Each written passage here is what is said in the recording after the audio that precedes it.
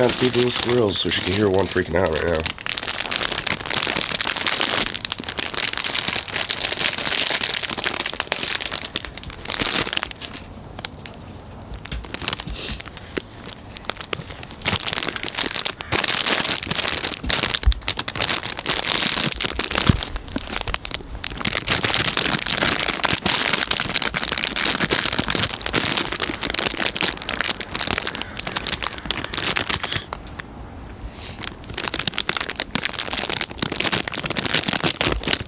Nope.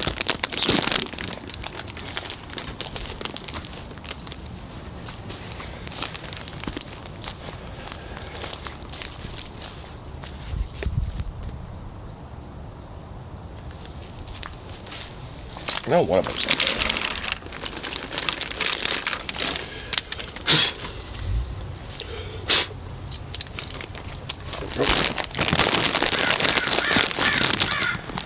It's already, huh?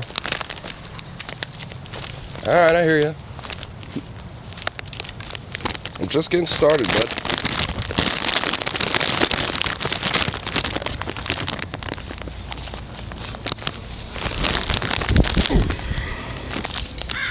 Yeah, I'll go.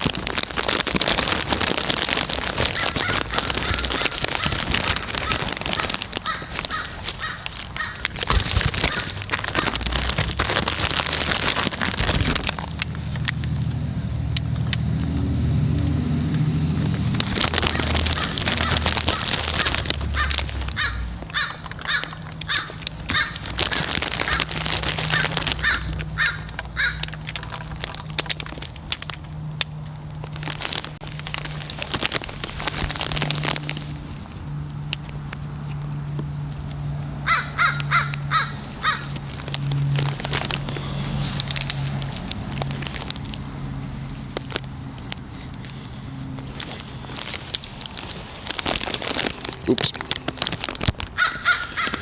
There we go.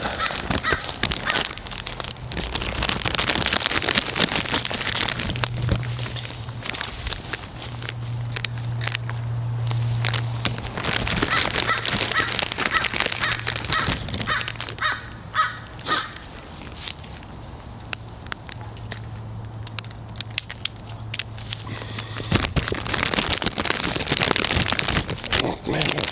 Okay. Alright, this phone does not want to cooperate here. That won't work either. Hey, what are you doing? Hey, Sukov, what are you doing?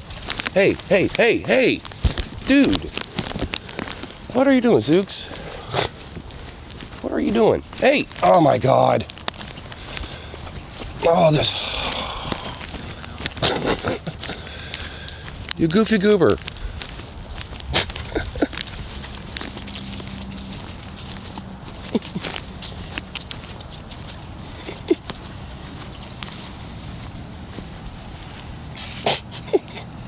How's it going? Doing pretty good. You go.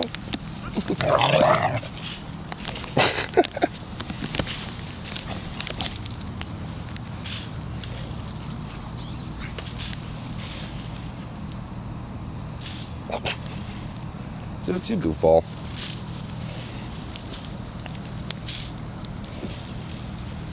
Alright, come on, bub. You have to sniff every little thing in there, really? That's how it works. Oh, yeah. When y'all that start getting chickens? I didn't know you had chickens up until like a couple weeks ago. Yeah, I've just started letting them out. So, just like at the end of the day, because then they'll go in at dark. Right, yeah. But, yeah, they've been pretty fun. No eggs yet, but hopefully soon. Right? They're pretty cool. I've always wanted one, at least, to maybe have a couple myself. I just never got around to like researching or anything yet. They're so easy. Yeah, I imagine they are. Yeah.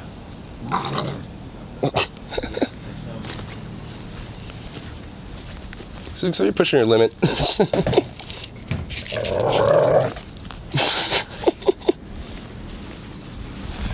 Oh, you goofy boy.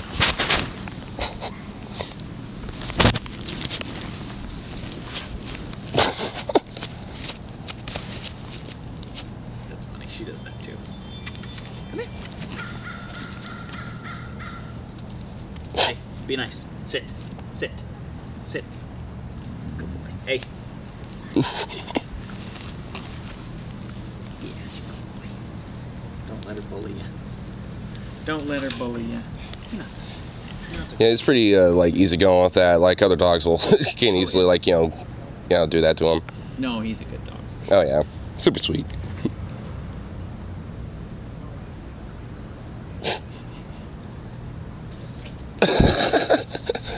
Don't sniff my butt. It's like, what are you doing there, pushing me, sneaking up on me like that? Yep. Goofball doggo. What? You have to sniff every little thing over here? Come on. Oh my lord. All right, buddy, come on. Really? Really? Oh, good lord. You gotta be kidding me.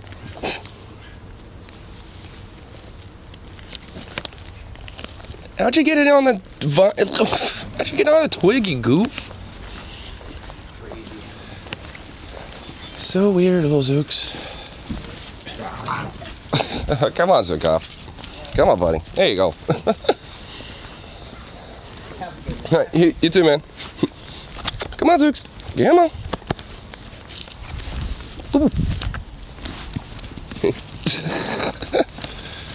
Alright, come on, Zookoff. Oh my lord. Oh, he still wants to sit up over here. Alright. I think I'm gonna have to try to pick you up now.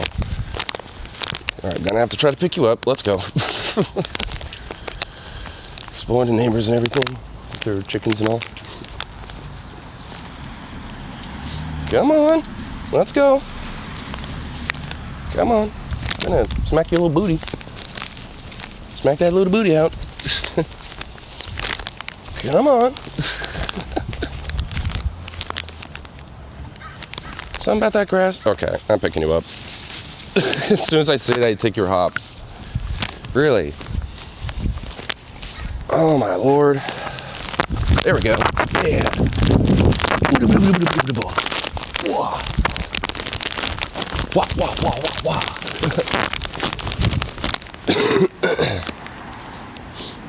So a little goof.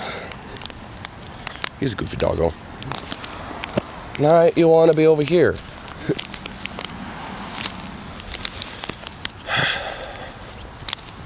Come on, dude. This dog is really being a pain in the ass. Dude! Oh, Sooks, come on!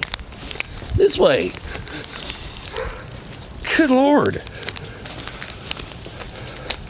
Trying to feed squirrels, raccoons, and birds and everything, and you're running away. Being an adventurous little prick. Actually, I'm almost done doing what I was doing until Zukov decided to do what he was doing.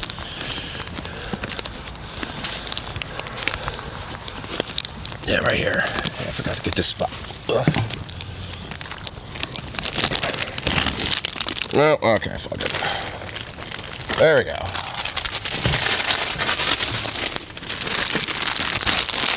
Had iced coffee, 5 shots of caffeine, it made me bounce. Also, slight rent, no coffee should be $12. I agree with that. I guess unless you're getting like one of those big jugs of coffee or whatever. When it comes to like, whatchamacallit, like those like Folgers things that you make in your own coffee maker. I could see that being like 12, 15, $20. Fucking Zukov. You want to go play with the neighbor's chickens? That sounds like fun. Well, the chickens are actually kind of chill. Big and plump too. How's my day going? Pretty good. I know you're saying you have a slight rant, but I have a few myself actually, funny enough. I was on on Reddit today and I was watching some stuff and I was just like, what the fuck? This is kind of aggravating. On top of like a few clips I saw on YouTube too that I feel like we could get into. Here, let me grab my charger real quick. Actually, hold on, I got this one. Someone left their charger at the bar last time, so I'm thinking, yeah, this should be okay. I charged it last time I was out there. Actually, speaking of which, I need to go down there to see if my fucking, like, furry little hat is over there. I haven't seen my hat around here. you know, my little furry one, so I'm thinking it might have been misplaced at that fucking bar. And because I know who was the bartender that night, and I also know, like, where I was specifically, I'm thinking, you know, maybe the bartender saw it and, like, put it off to the side or something like that. Hopefully, that's kind of my hope. Not even gonna lie on that one. Because if so, then, yeah, I don't have to be sad at the depressed boy. Come on, Zeus. Right. Hey, bouncy boy. Someone is a bouncy boy.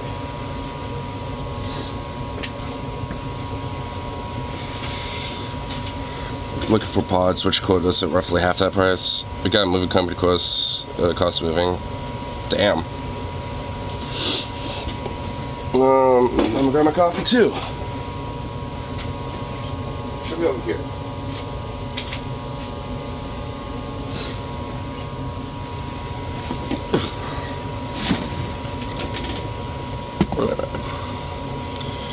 And I'm forgetting shit right now. I need to grab my Bluetooth too.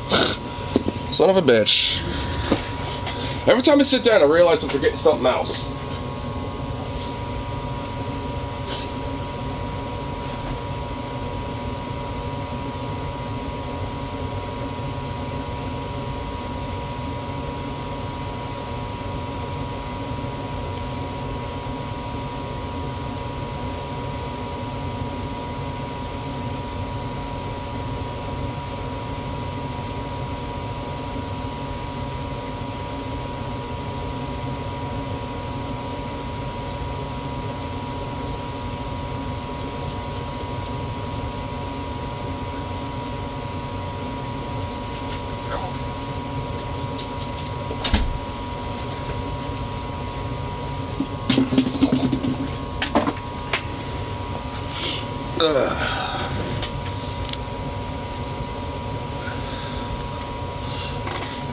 That's her price for you coming, she says. What, going to the local wine yard?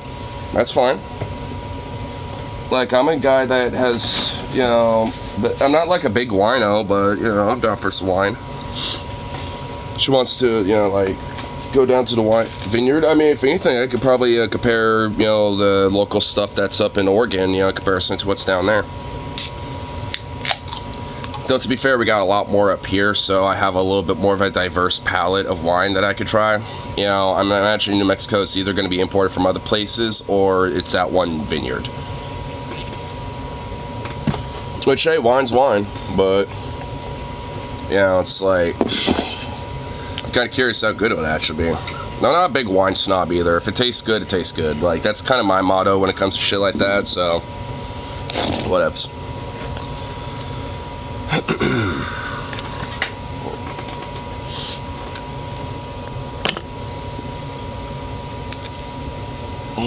Okay.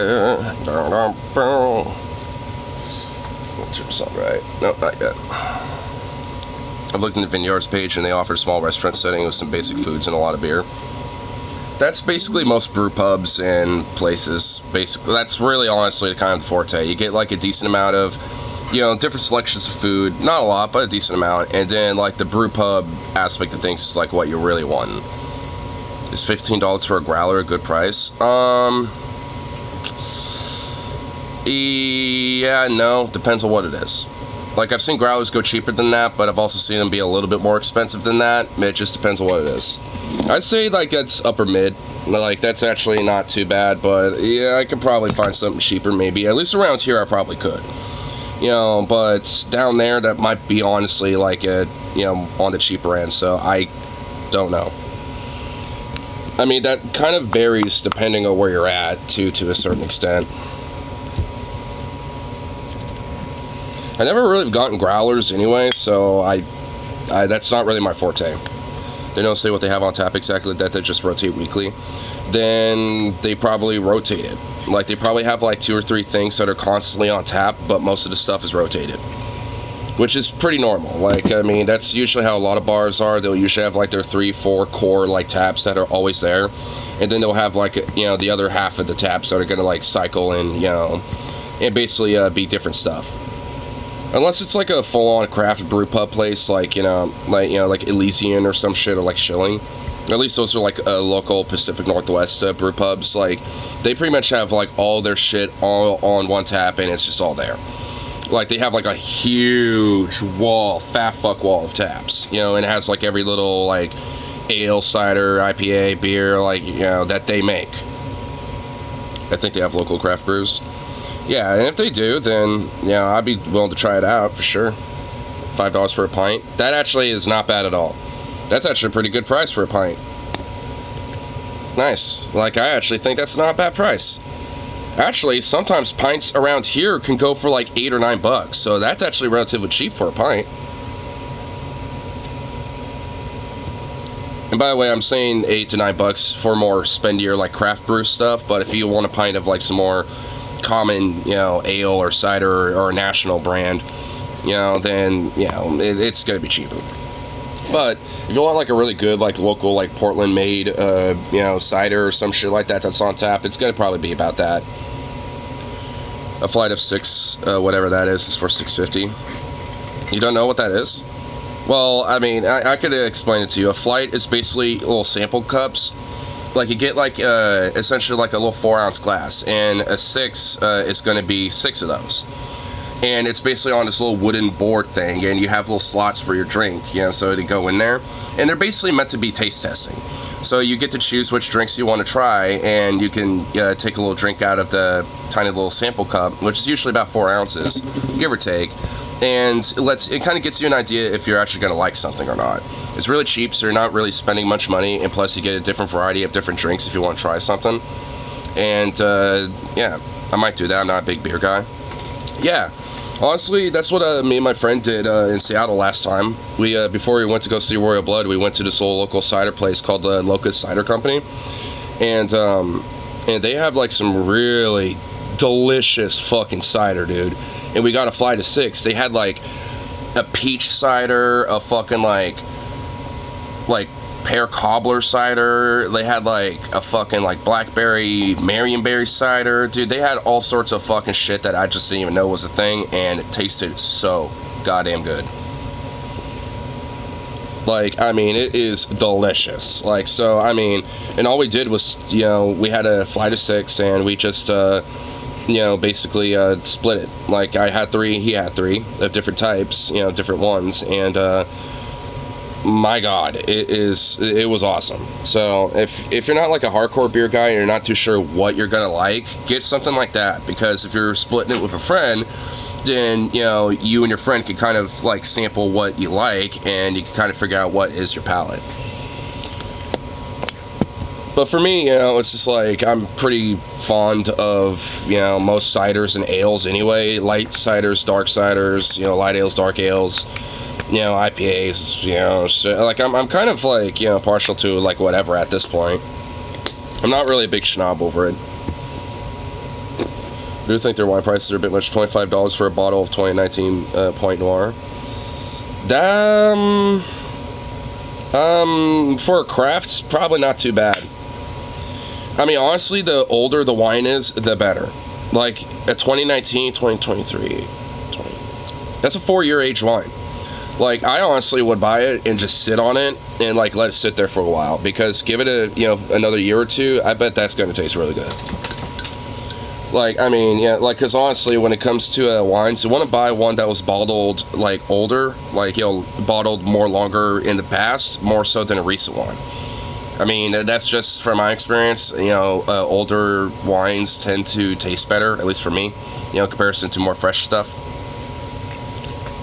Fresh wine tends to be a little bit more bitter to me.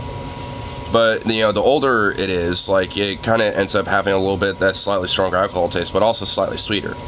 At least, like I said, for me, that's how I've noticed. They want $100 for a 2000. A 2000. That's a 23-year-old wine right there. Ooh. Oh man, I bet that shit's probably good. I mean, the whole idea is like the whole saying, to age like fine wine. I mean, there's a reason why, the older the wine is, the better. There's a reason why they say that. Like, I mean, I bet that wine is probably hella good, dude. I mean, you know, like I said, I'm not a snob over it, but I can imagine that shit would probably be pretty good. It wouldn't be a go-to for me. I'm not like a big wine guy, but I mean, you know, I could appreciate a good quality wine. You know, so at least, you know, like a decent one. Like that isn't trying to be a snob about it. Because you got plenty of like vineyards and wine companies that are like, oh, we're actually literally the most exceptionally bourgeois wine around. Like, you get like some real pompous motherfuckers out there and shit. And fuck that. If anything, they're just trying to overcompensate for how bad their wine is. You've had a cherry wine, that's about it. Dude, cherry wine is pretty good. Like, around here, fruit wines are pretty popular. I've mentioned it before, but if you ever find Honeywood wine, get that shit. Like, because they make especially like fruit wines. Like, they have like a mixed berry wine, a raspberry blackberry wine, a plum wine, like a pear wine. Like, dude, they got like different types of wines that are legit very fucking delicious, and it got a little bit of honey in each of them, in each little batch. It's just like so good. I mean, if it was like, instead of like fruit, it was mostly honey that they fermented that shit with, it'd basically be mead. Like, I mean, Honeywood it's like borderline mead. Like, because they basically ferment the fruits and stuff like that, and then they put the honey afterwards, instead of like, you know, vice versa if you were doing mead. I gotta make me some mead, honestly. Like, when it comes to making mead and fermentation process of mead, it's actually not that hard. You just need the right equipment and just the right know-how to make sure you don't fuck it up. But beyond that, like, it's honestly not that difficult. For like fermenting like alcoholic drinks, like mead is probably one of the easier ones to do, from what I've read up about. According to the website, they serve mostly Mexican beers with some imports. Right on. I know a guy's trying to make chocolate chip cookie mead. I don't know if that tastes good. I don't know about that. That just, I don't know, man. That just don't sound right. A chocolate chip cookie mead? I don't know about that one, man. That one seems like a, you know, it's like, you know, creativity is starting to get into a little bit of insanity. He's autistic as fuck. It probably needs a handler. I don't think making a chocolate chip cookie mead has fuck all to do with him being autistic as fuck. Like, I feel like there would be some weird quirky ass motherfucker at a brew pub that, you know, is just by himself, you know, in there making some mead. Like, you know, I can imagine someone like that doing it. Like some random like Finnish, you know, man in the outdoors, you know, just like self-sustaining, a self-reliant, and he has like a little mead shop set up, you know, like in his barn or some shit. And one day he's like, I got these cookies from the one time I go to town once a month. I should make these into a mead. It just like goes in there.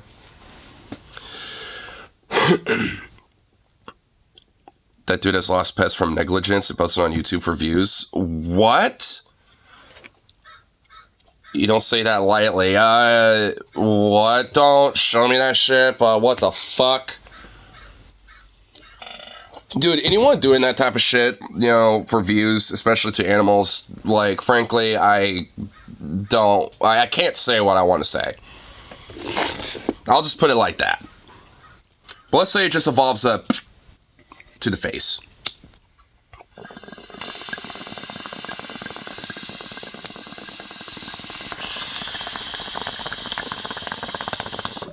Just fuck a motherfucker that shit like that.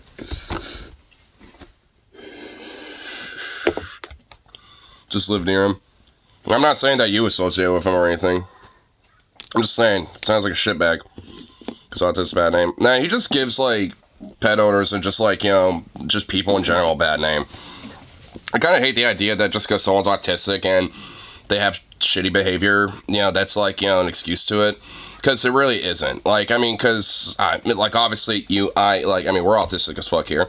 Because I know I am. So, but, like, I mean, that isn't an excuse for shitty behavior, obviously. Because I've, you know, growing up, have, you know, done some shitty things here and there and stuff. But me being autistic is not the excuse for it. No excuse for shit behavior, yeah. So, honestly, he's just a shitty person. I mean, he needed, you know, like, honestly, like, you know, if he had, like, you know, people growing up with him that, you know, were aware of what his condition and shit like that, and were able to, like, you know, help him, like, developmentally and shit, I'm sure he'd probably be a fine guy. You know, in a sense of just being, like, your average dude or whatever the fuck, right? Like, but, because not, and Alabama's a shithole, like, I mean, he's pretty much, you know, untreated and just kind of left to his own brain, which who knows what the hell's going on in that, apparently. Animal abusing and making chocolate chip mean. Who knows what the fuck else is in that? Oh.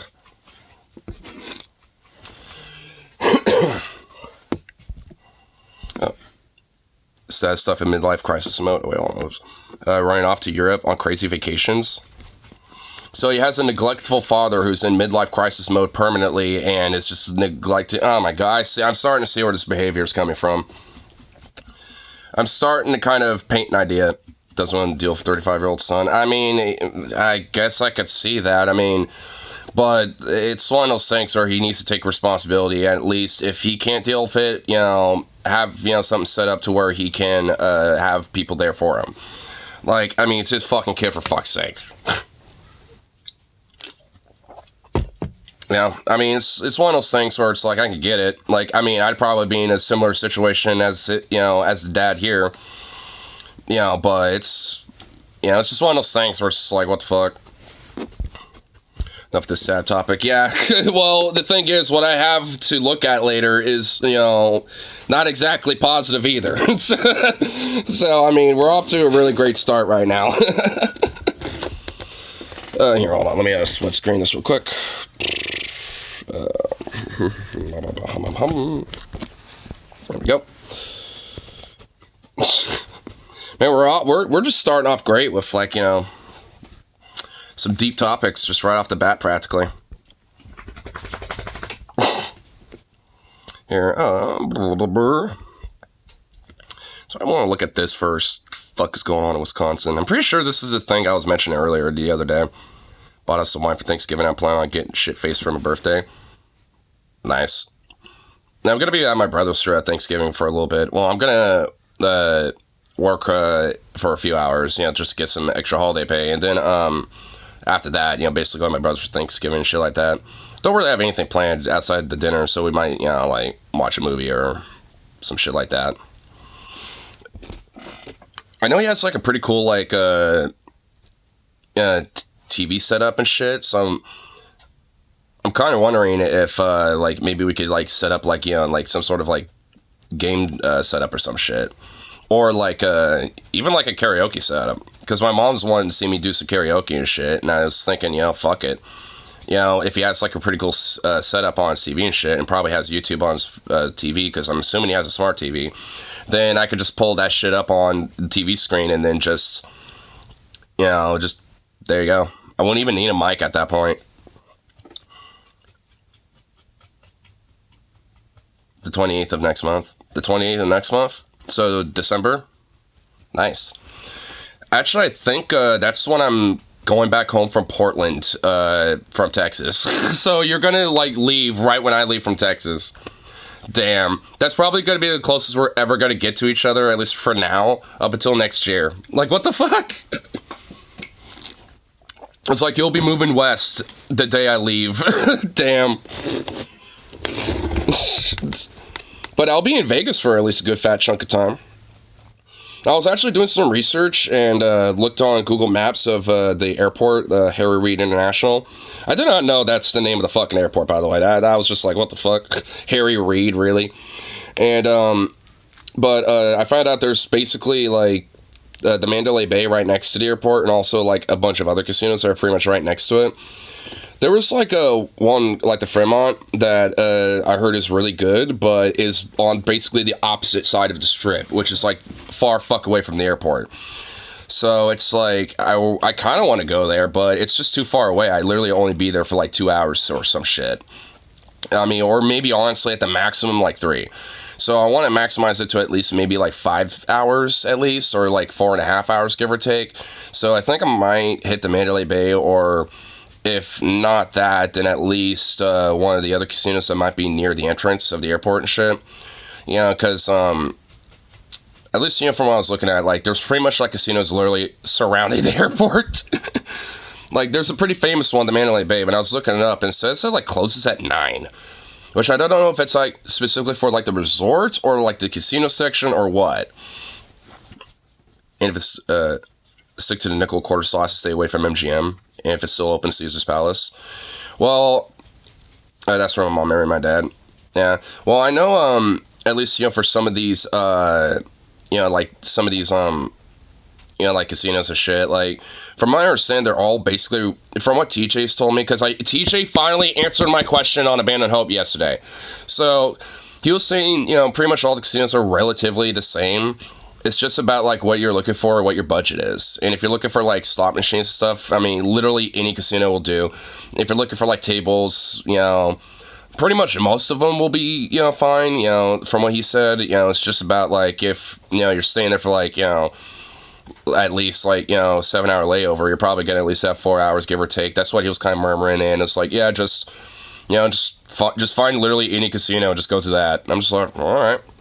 You know, honestly, you know, at least, you know, with his context in mind, and even some of the people in the chat were actually helping me out, too, a little bit, like Skeptical Jesus and Krista, like, the two mods on Abandoned Hope were giving me some extra tips. But, like, what's the budget? What time are you gonna be there and stuff? I'm like, basically midnight until, like, 5 in the morning or some shit, and they're like, oh, well, that should actually be low traffic, so it should actually not be too bad. 500 budget. I mean, they were basically saying, it's like, yeah, things should be, you should be good, basically, is what they were saying. It's like, as long as you just find a decent little casino. I know the one that was mentioned a couple times, just because I think it is right next to the airport, was the Mandalay Bay, so I might go for that. I'll do a little more research, though.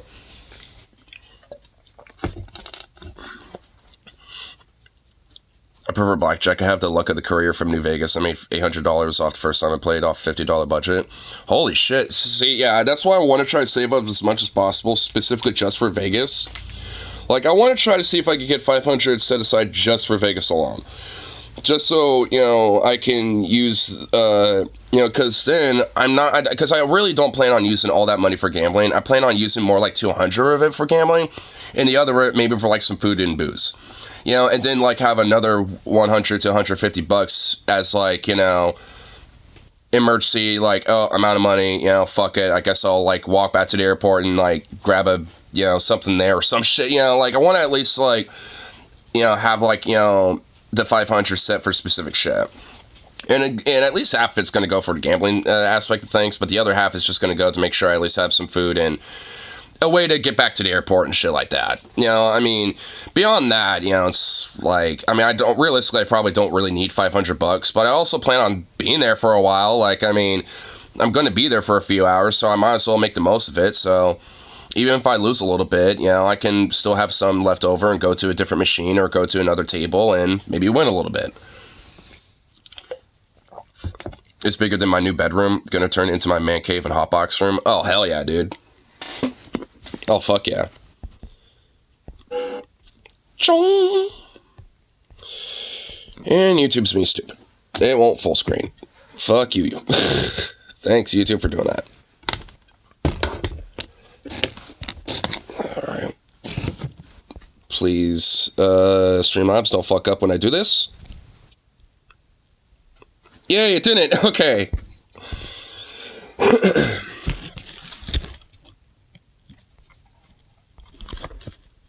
Oh my god.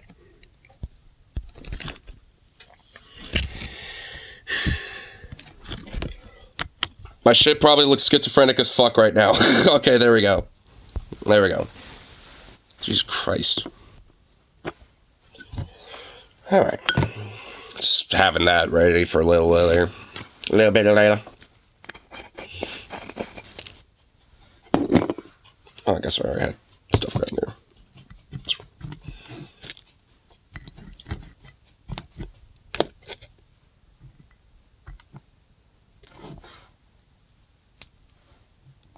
Get some of this grounded up here. All that fun shit.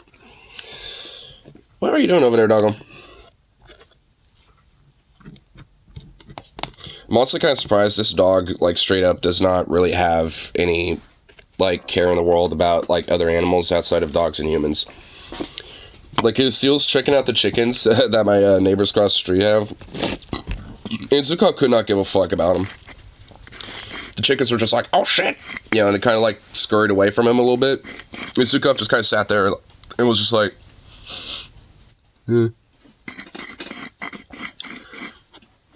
get some chalk paint, gonna make it people sign on it, chalkboard when they come in.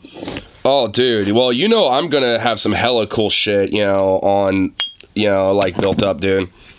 Dude, if you get me, you know, in that man cave, dude, I'm gonna make like a third, like literally a third of one of your walls like my art canvas, dude. I'm just saying right now, it's gonna be like a fucking art canvas.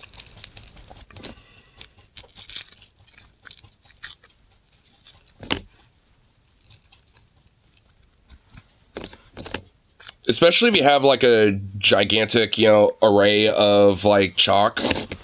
Like if you have like, you know, like 50 different colors of chalk or some shit. Oh my god, dude, I'm gonna make that shit pop, son. Because honestly, every now and then at the karaoke bar, like when I'm going to the bathroom, I'll use some of the chalk that I... Well, oh, you know what, hold on, before I even get to that. Like, so the last time I was there, the other bag of chalk that I had, apparently someone jacked that too, but at least left like the other half of the chalk that was in there, because there's a bunch in the men's room, but barely any in the women's room. So I'm just like, what the fuck? Who's jacking chalk? Like, who jacks chalk from a bar bathroom? It's like, what drunk white woman is doing this? Like, what middle-aged drunk wino mom is like taking my shit, taking these fucking chalk? It's like, what the hell? I mean, it's like, man, why must there be some hoes that, you know, just want to jack some chalk? Like, I mean, it's chalk. Like, why does anyone care about it? I remember we had tattoo artists in Dad's Man Cave draw skulls and bones everywhere. Nice.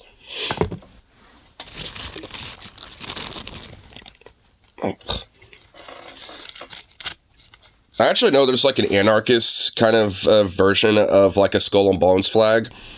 It's basically called the death flag, I think it's called. And I think you might recognize it. It's like an all black flag, and it has like some Russian lettering below like this skull of crossbones. It's kind of like a mixture of like an anarchist / pirate flag almost. It was kind of a big popular common banner during the Russian Civil War, from what I remember. Jolly Roger? No, it's not Jolly Roger. I forget the exact name of it. But the Jolly Roger was Blackbeard's banner.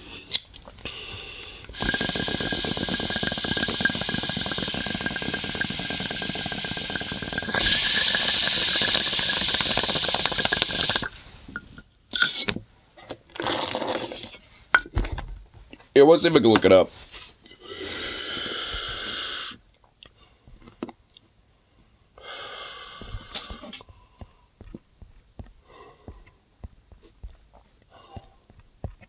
Well, let's see if I can find it.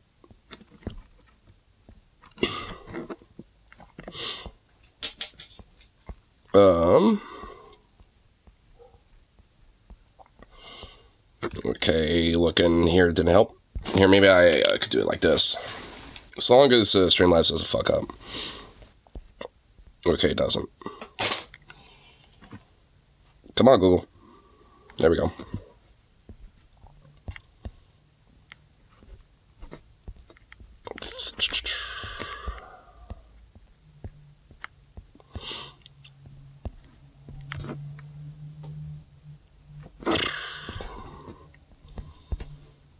I'm trying to find it. Hold on.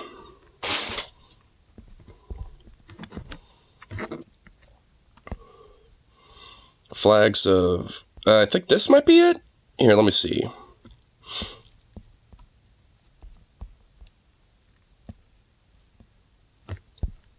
Oh, yeah, right here. Here's an old picture of one.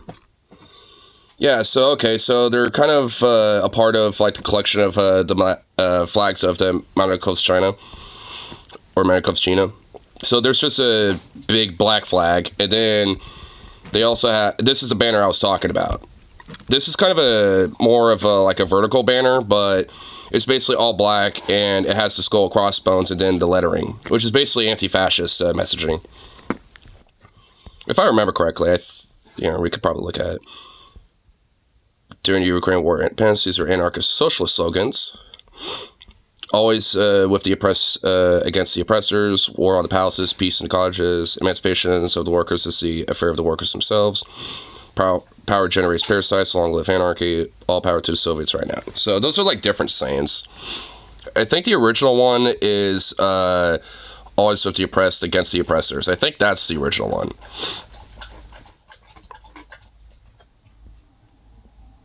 Hoist the black flag of anarchy.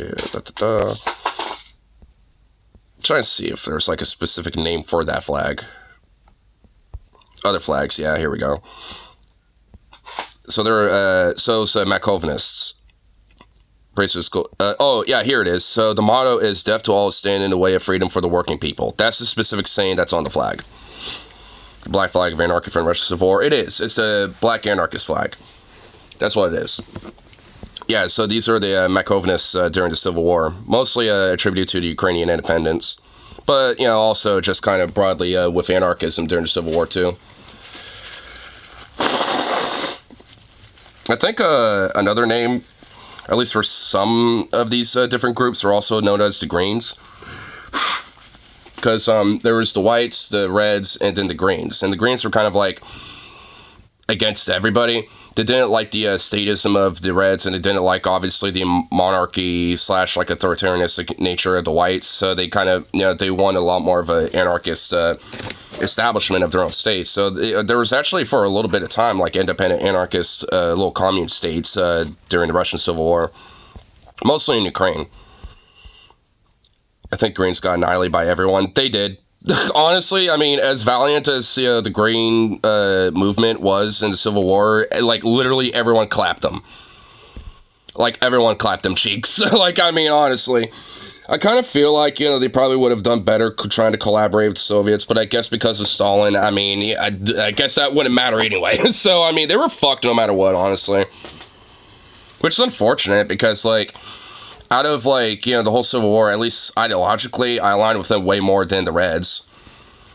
I mean, but that's really ain't saying much. I mean, because funny enough, at least, like, both of their, like, ideological pushes, I mean, weren't really too far off. It was just the Greens were a lot more anarchistic in nature. Weren't nowhere near as willing to collaborate with the Reds and shit. Because there were, like, anarchists and other, like, libertarian socialists that collaborated and worked hand in hand with the Reds. But they didn't want, like, his heavy-handed approach in government. Yeah. Like, I mean, that's kind of the thing. Like, they weren't willing to collaborate with that and wanted to have a lot more, more of a democratized form of government. And didn't like the heavy-handed authoritarianistic approach to it. All right, hold on. Dog wants food. All right, hold on, bud. Jeez. Here you go.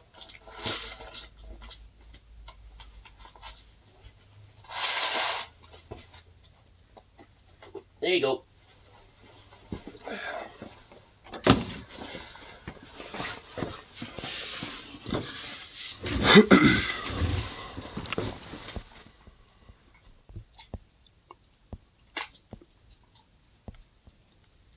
And there's actually a shitload of these different types of flags.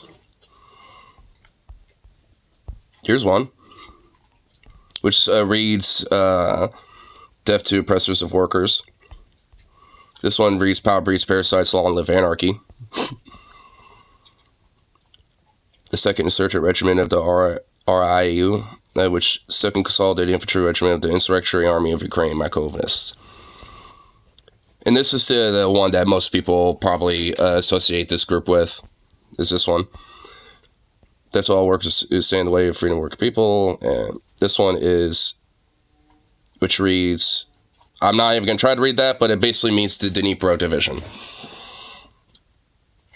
The best flags are simple ones. I mean, to be fair, they are simple, but the problem is, like, I mean, yeah, they're words. Like, you don't, like, for me, a flag, you shouldn't really, like, have words, necessarily. But, I mean, I'm okay with it, but it's, like, I mean, you know, it's one of those things where it does kind of make it a little confusing. Especially if it's, like, you know, in a language like this, in Cyrillic, because then, like, most people, especially internationally, aren't going to understand what the hell it means. Skull crossbones flags. A bunch of text is going to hit the same way as a hammer and sickle flag. Or, like, you know, the hammer and a wrench and stuff like, yeah, pretty much. Or the red black flag. Yeah. I mean, I guess that's why they had just big black banners like this as well. Like, I assume that flags down here, like these ones, are more or less, you know, for like, yeah, like this one's specifically for a regiment. Like, you know, so, I mean, I'm assuming a lot of these, you know, were more or less unique to specific, like, you know, battalions or like specific regiments and shit like that. Or just like secondary banners for the most part.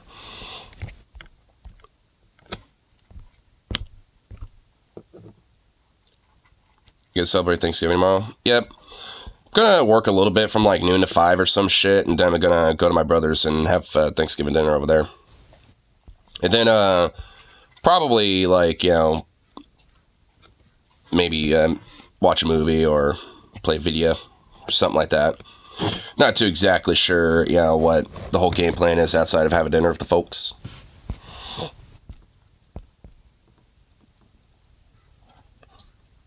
Oh, okay, I see how it is. Well, I mean, like, well, like, it's not like I won't stream at the end of the evening. Like, I mean, by the time it's all said and done, I'll probably be back here like I usually stream at night, around like 10 or some shit. Like, I mean, what the fuck? What the fuck? It's not like I've abandoned all of you. Jeez. Besides, like, if I take a day off or some shit, it's like, what was? That's somehow a big deal. I grind every damn day, sometimes twice to 3 times over, boy. I deserve me. You know, speaking of grinding here, let's check out this little video. I've been, like, literally sitting here just staring at this little, like... I've been just staring at this for a while. I thought I cared about Native Americans, but apparently I was wrong. I literally only give a fuck about the food. Like, I mean, like... I'm not celebrating Thanksgiving in the sense of its, like, weird historical dumb shit significance that really means nothing to me. Like, it's about the food. Like, I want the stuffing, I want the mashed potatoes, gravy, I want turkey. Like, I like, at this point, like, a lot of what Thanksgiving is now is, like Christmas is, like, a lot of its original meanings have kind of moved on. I mean, it's not like, you know, those original meanings still aren't there necessarily, if you choose to celebrate that. But, I mean, they're just, like, it's not really something people give a shit about.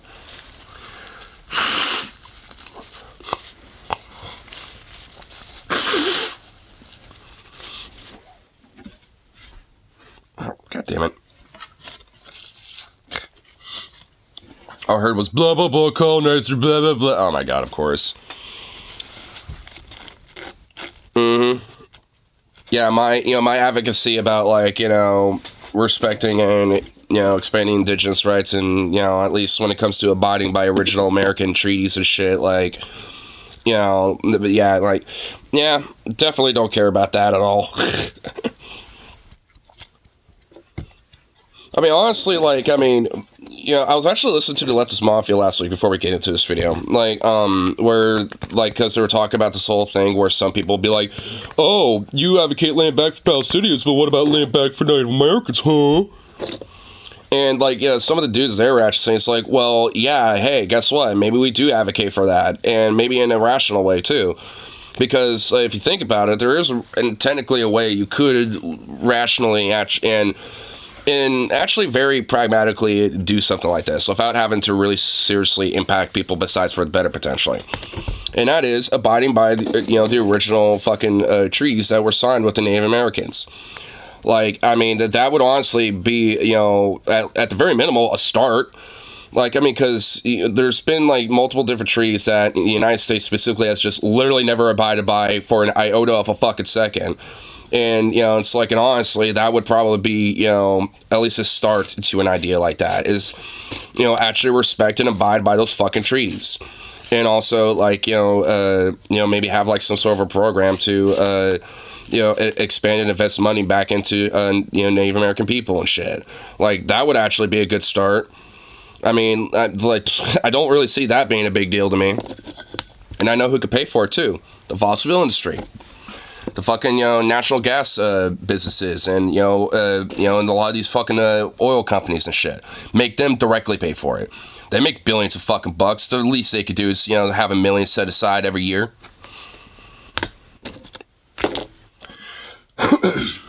Well, not $1 million, but like $1 billion at least. $1 million wouldn't do anything, but $1 billion would. I mean, and like I said, that could at least be a start. Obviously, it's going to take a long time to, like, you know, fix everything, so to speak, but at least I would argue that's a good start.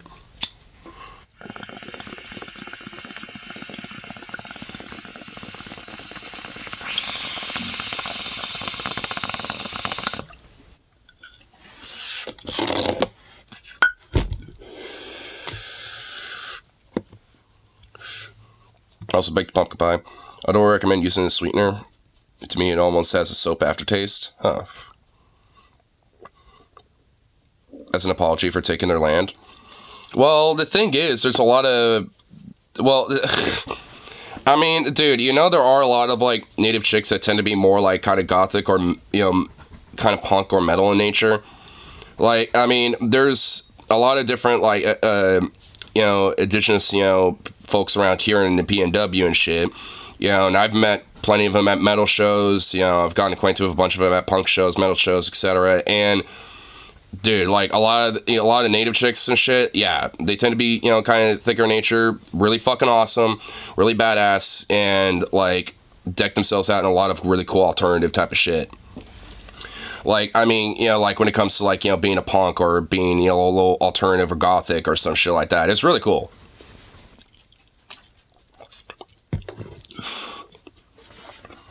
I mean, there's a really cool punk rock band that is all natives. They're called 1876. I've actually pulled some of their music up here before, and they're locals in the PNW here in Portland, actually. So, I mean, they're really fucking cool. I think they're, if I remember, I think they trace back at least for all of them. I think at least. I know for the singer and the guitarists, they're from the Lakota Sioux tribes. And then I think their drummer is Navajo, if I remember correctly. I don't exactly remember specifically. But basically, all their music is pretty much either like, you know, I guess like stereotypical style punk rock, but also like a lot of themes about like Native American history, Native American culture, folklore, and stuff like that. It's really cool. Their music fucking slaps. There's, I said my thing for names, which I am partly. Can I have a free house now? Wait, what? And for some reason, the pies got this weird film on them. A weird film on them, huh?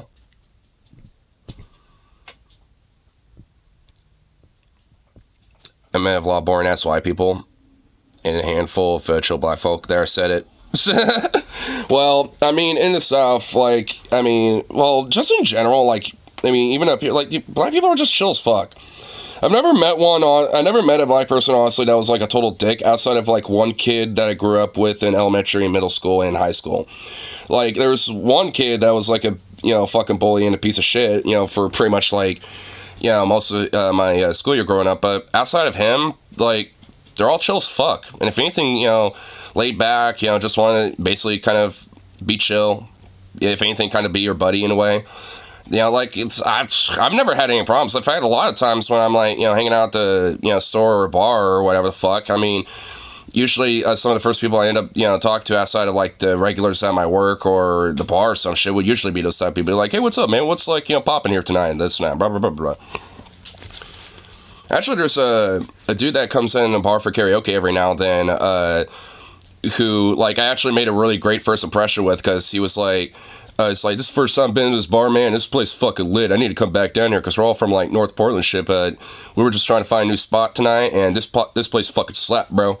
Like, and, you know, and every now and then, not all the time, but I'll, you know, see him and his buddies, you know, come in occasionally and, you know, say what's up. So, I mean, you know, like in my experience, it's always been chill shit.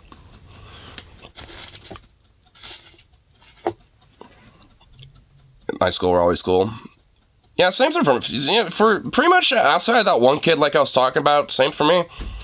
But also my school is mostly like, you know, white or Latino too. There weren't really that many black kids in my school specifically, but most of them were really chill, outside of like the jock, yuppie kids and shit. And I mean, because those kids existed in high school too. And our school's no exception. We just sent all the weeps to North Dakota and give them their own nation. Their flag could be an enemy waifu. No. Let's not like soil... I was about to say, what's that soil North Dakota's name? But you know what? What is there for North Dakota to have besides, like, oil rigs or something? Like, and just, like, cornfields. Like, you know, I was about to be like, there, but I was like, you know what? Yeah, let the weeps have that. If furries go to South Dakota. Nah, just let us have the city-state of Portland. Just let the furries have the city-state of Portland. Or I guess Pittsburgh, because I guess technically Anthrocon's the biggest fucking furry con, and that's in Pittsburgh, so... I guess we can have the furry state of, you know, Pittsburgh, you know, in the East Coast, and then the furry state of Portland in the West Coast. There you go. We get 2 city-states. We don't get a whole state, we just get 2 city-states. The weebs get a whole state, okay? I'm compromising here. I'm actually, like, you know, downgrading it a little bit, because we can, like, you know, make a furry-topia over there, but... y'all can have Florida. Well... that would actually be kind of base, because think about it. If we all migrated to Florida, we would just start the queer furry revolution, dude. We'll literally, like, trans, furify, and queerify all of Florida. We'll make Florida unironically great. Not again, but we'll actually make it great for the first time. So, you know what? Actually, I'll take it. I'll take it. I'll organize the, the trans furry revolution, dude.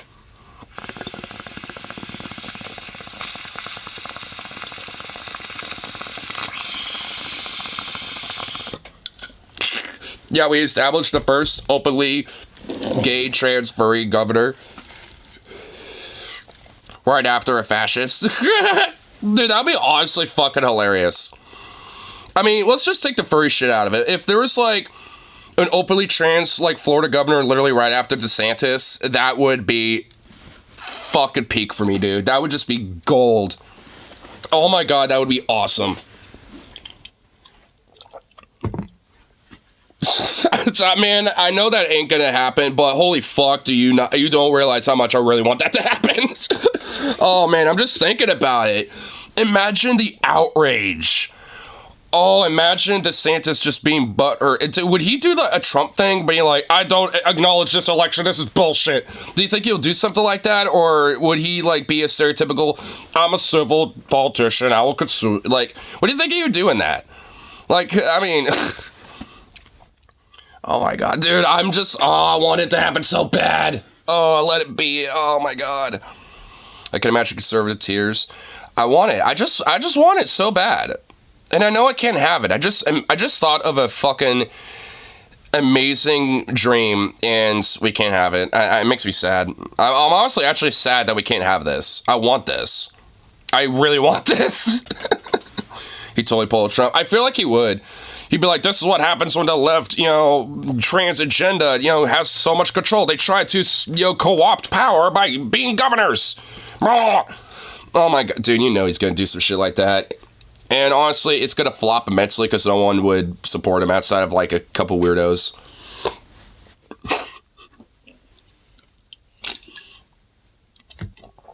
Oh my god, I just want it so bad. Oh my god, just let the stars, let the cosmos and the universe align for this to be so.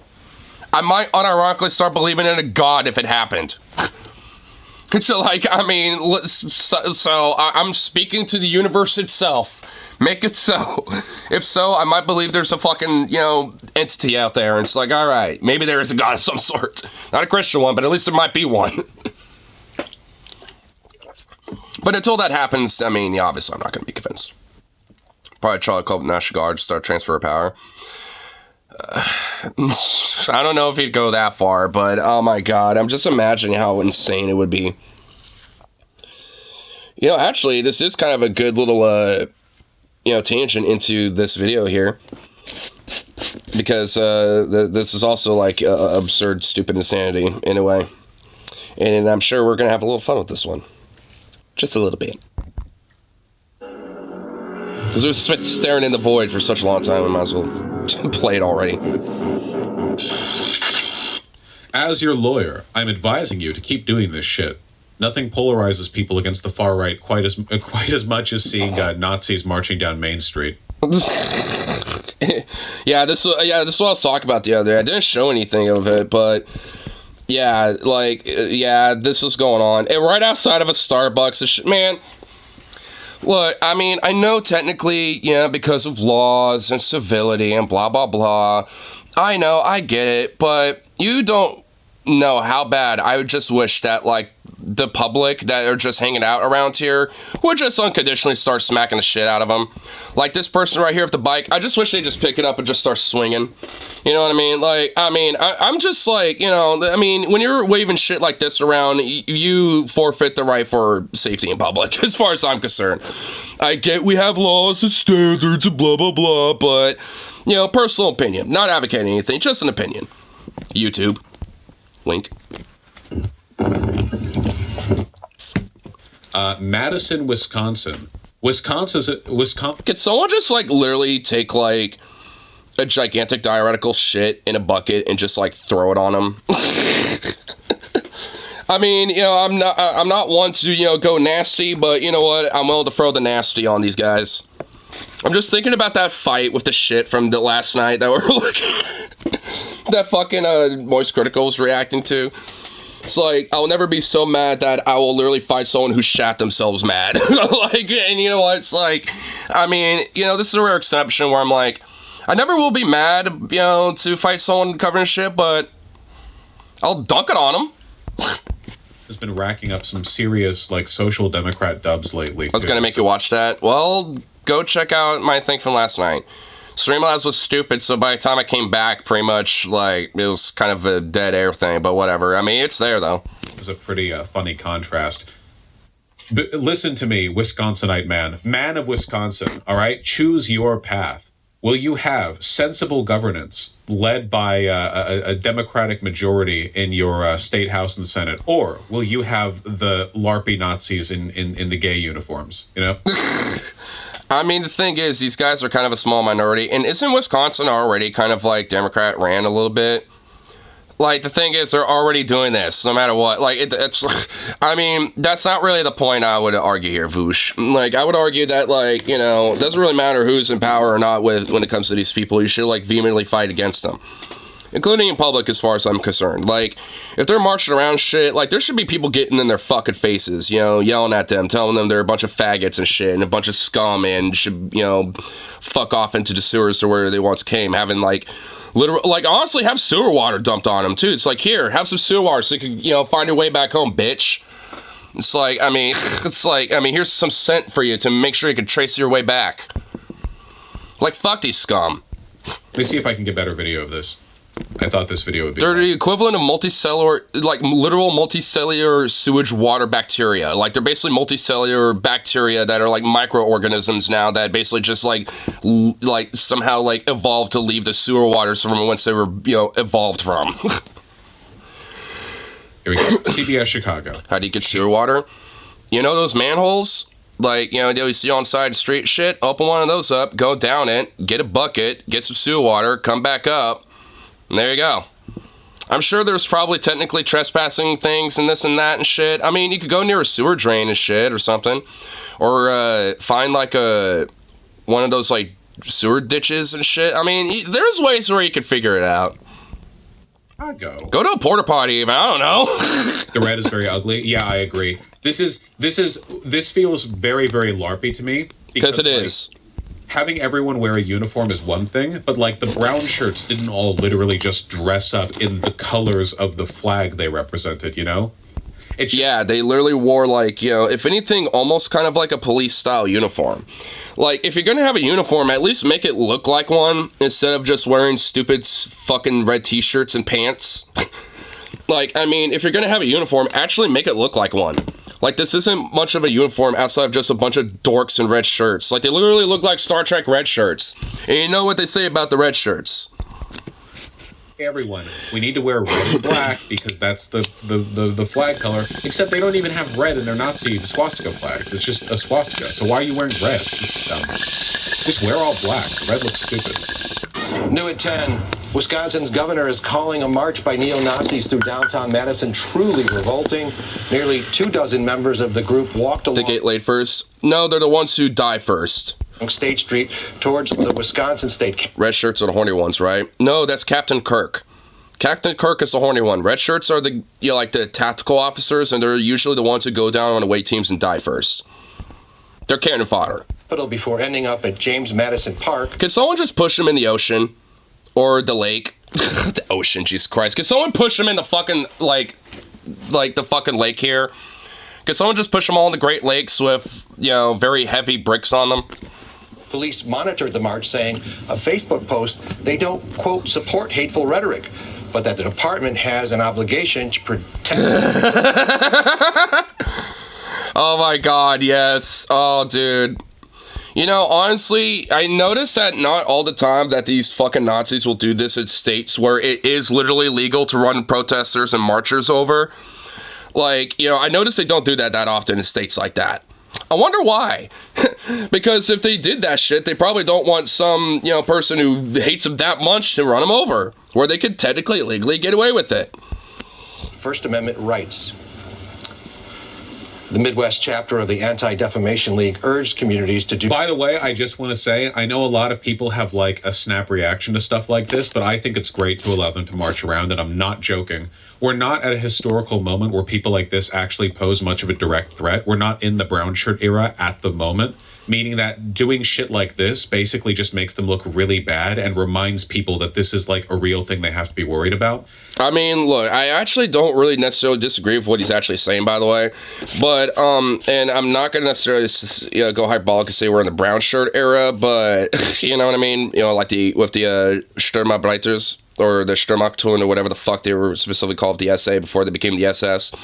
Like, I mean, but the thing is, we're kind of teetering, you know, in between the lines on that a little bit, I think. And I only think that's just going to start growing more into the brown shirt-esque shit as time goes on. Like, I don't necessarily think it's going to get so severe we're going to see some barrel push shit or whatever the fuck, but I don't know. We're kind of playing around with these lines that are not exactly comfortable. But that doesn't necessarily mean, you know, they shouldn't necessarily march, because I think they should, because I think the public should let them know what the fuck they feel about them. And that includes, you know, physically getting in their fucking face and maybe even throwing some hands down, scrapping up. Like, I'm okay with that. Like, if they feel bold enough to do stupid shit like this or look like a bunch of retarded fuckwits, then, hey, the public should let them know about it, including physically, too. It's more, if they had a clash with police, that would be exactly what they want. Like, they would love... I want to see get Trey like right now. Well, look here, boy, guy sell the racist Nazi. You get lost there, you little Nazi? Oh, you're gonna want to start squealing like a little pig and whine there, boy. You might want to bend that, you know, pull them pants down there, boy. I know you're a little queer fag there now, buddy. I know you're a little insecure about there, little Nazi boy. You want to squeal for me, you little Nazi? Little queer little Nazi boy? Come on now. Just start unbuckling shit. It's like, all right, come on. Start squealing. Start a squealing, boy. Squeal. Come on, do it. Do it, little Nazi. Squeal, Hitler. Come on, boy. Okay, maybe I'm starting to get a little too into this. So maybe I'm starting to get a little too specific. Of a bunch of police officers, like, clashing with them and, you know, the blah, blah, blah. Like, oh, yeah, we're being persecuted for our blah, blah. Yeah, they would love that. So just having them march around like a bunch of dweebs, so everyone gets like this nice 50-50 reminder that, hey, this is a thing to be worried about. And got a redneck fetish? No, I don't. I just am a redneck.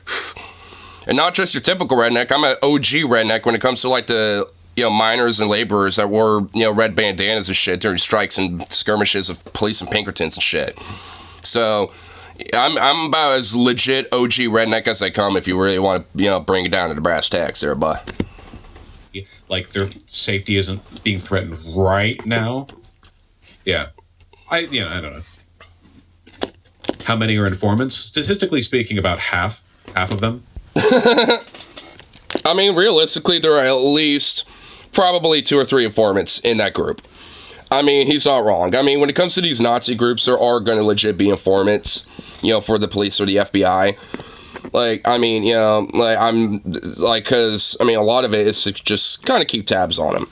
And when it comes to really, honestly, any radical political group, I mean, whether they're Nazis or, like, you know, just, you know, some generic far-right group or even, like, you know, some leftist group and shit, there's always going to be a strong possibility of at least having a informant there.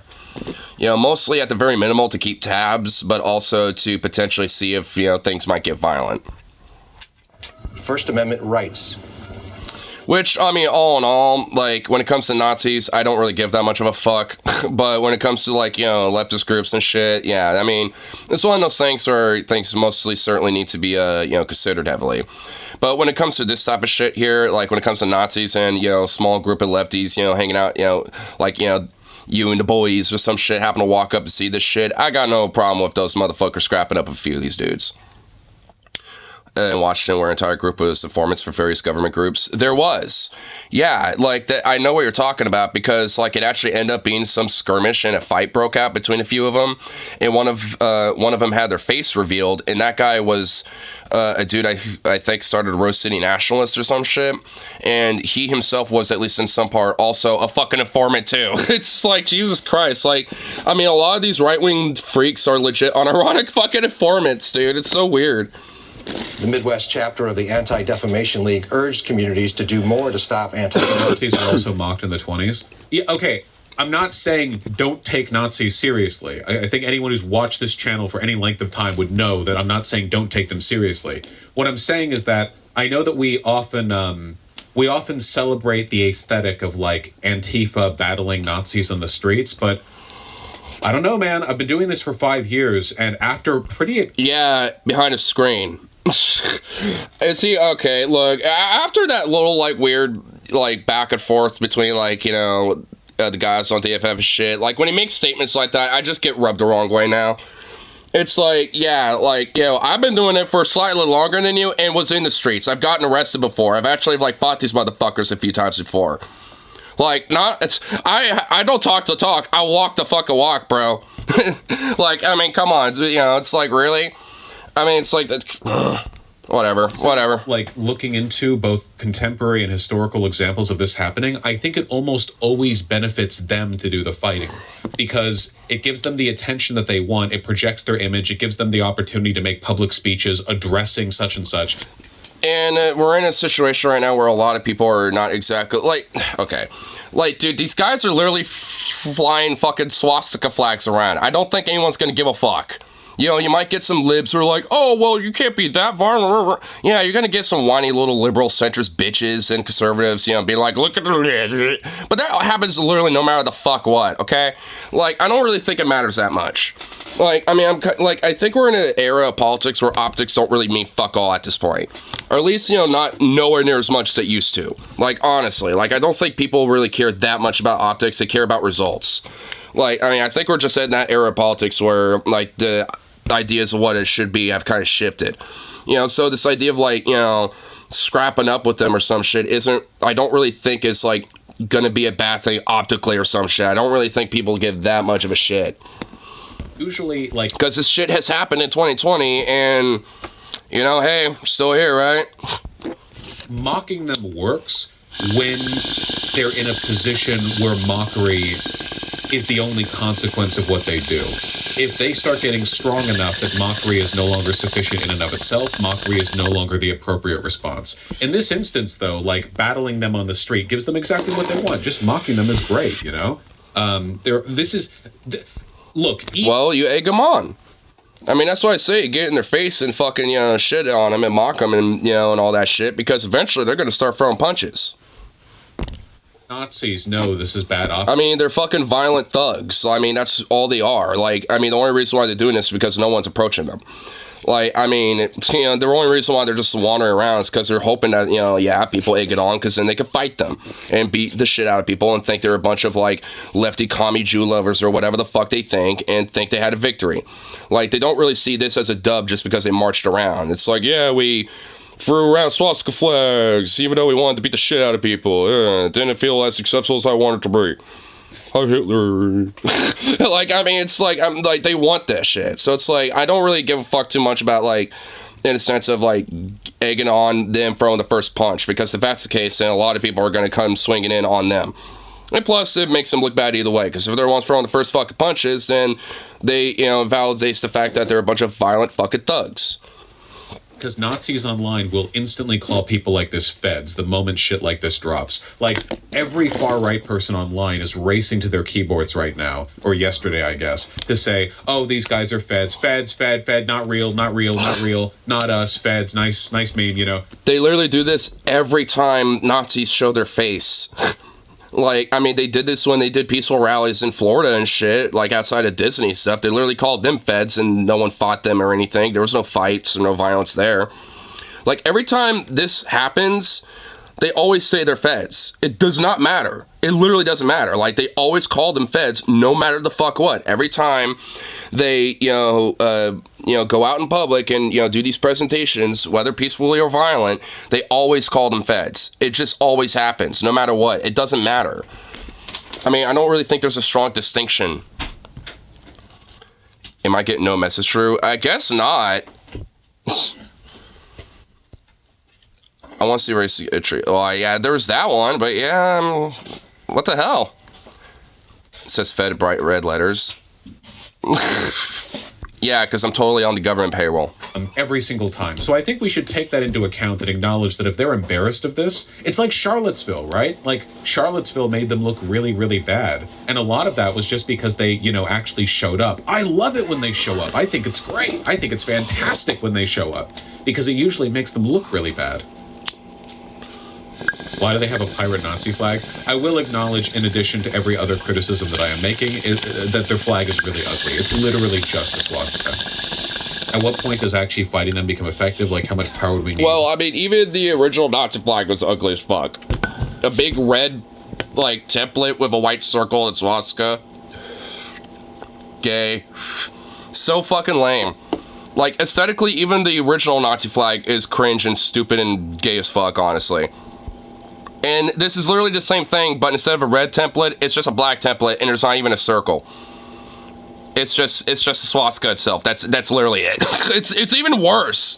It's like, how do you even make it worse? It's already horrible as it is, and you somehow make it fucking worse. Like, I don't even know how you do that, but leave it to Nazis to make their own shit worse. Where those optics turn in their favor. Okay, I didn't want to turn this. I've had this. I mean, at least the Nazis try to compensate that with fucking uniforms and shit. I mean, because that's literally the only thing that had a modicum of drip. But that was because they stole it from the whole Prussian Kaiser era uniforms and shit. They basically just stole it from that anyway. As they stole a lot of other shit. People never like what I have to say. Okay. Based on what I understand, even back during the days of the brown shirts, directly confronting them almost always served their interests. And that's usually because groups like this can make appeals to far-right who have a presence in media, who have an incentive to lionize the behavior of the Nazis in opposition to whatever force they confronted, whereas... I mean, well, I guess that's true. He's kind of forgetting the fact that, the second largest party before the Nazis took power was the Communist Party of Germany.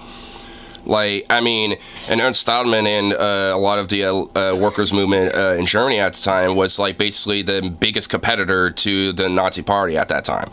And, yeah, they had a lot of fights, literal gun battles in the streets and shit.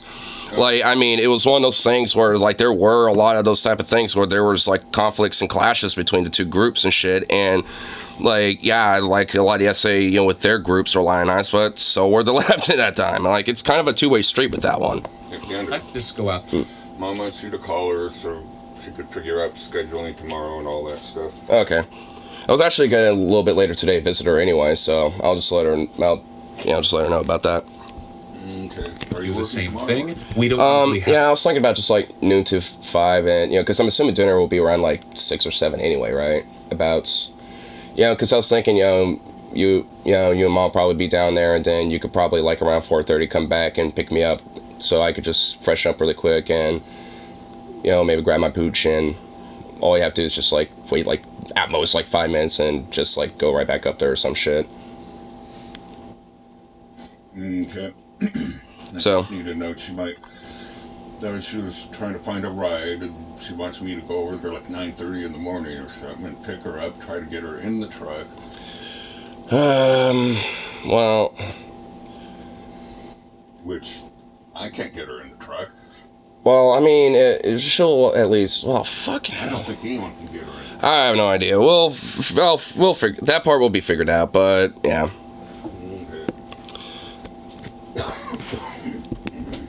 Privilege. Like, Wait, Thanksgiving's tomorrow. Yeah. Yes. Yeah. The original's just lazy. Hey guys, what if you turn this Buddhist symbol and turn it diagonal? Well, the thing is, it's not even really. Okay. Well, I know I get what you mean, but it's not inherently just a Buddhist symbol. Like the swastika, like. Is technically a multicultural symbol, like at least prior to the Nazis. Like, I mean, I mean, if you look back into that symbol, like, you know, thousands of years, like different groups and cultures and places all over the world have used that symbol. You know, like Buddhists and like, you know, in the Far East, different cultures have used it. In North America with Native Americans, that symbol's been used. Even like in like, you know, more ancient Judaic times, that symbol's been used. Like, so it's like it's been a symbol that's been around for a long time. And so it was basically like a really, in a lot of these cultures, you know, like it had different meanings depending on the culture, but it all kind of like, it has different meanings. Like some of it meant, you know, like a symbol of strength, some of it meant, you know, a symbol of good luck when it comes to things like, you know, exploration or just broader, just kind of luck and, you know, goodwill for yourself and shit. You know, there's a lot of, like, you know, and also like Hinduism and Buddhism is more used as like a symbol of peace and shit. Like, you know, different cultures had different meanings to it, but nonetheless, like, at least in Europe, I think it meant more of like at least in different cultures there, it meant more of a symbol of strength. So that's why Hitler was very fond of it, because, you know, at least in European Germanic cultures, it was more of a symbol of like strength and unity and shit. So it falls perfectly in line with the Aryan Nazi mysticism and the symbolism that, you know, would be interwoven with that. Because it was like kind of a Germanic symbol, and also at least predominantly in Europe for a long time. But it also was like, you know, like Nordic and like Slavic as well. Like, I mean, like I said, a lot of cultures have used that symbol as well. Even the Celts did too. They had their own version of it. So, I mean, it's one of those things where it's been around for a long time, and you know, because of it, it's easy to adopt. At least at this point, it's kind of, a lot of that's kind of been undermined because of these Nazi scumfucks, because, like, I mean, it's been tainted by the obvious history of that shit.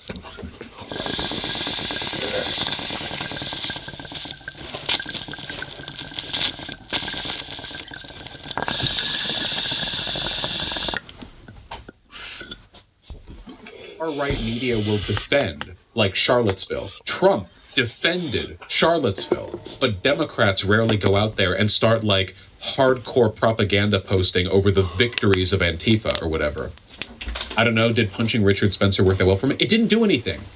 That's what I'm saying. The gif of... I don't know.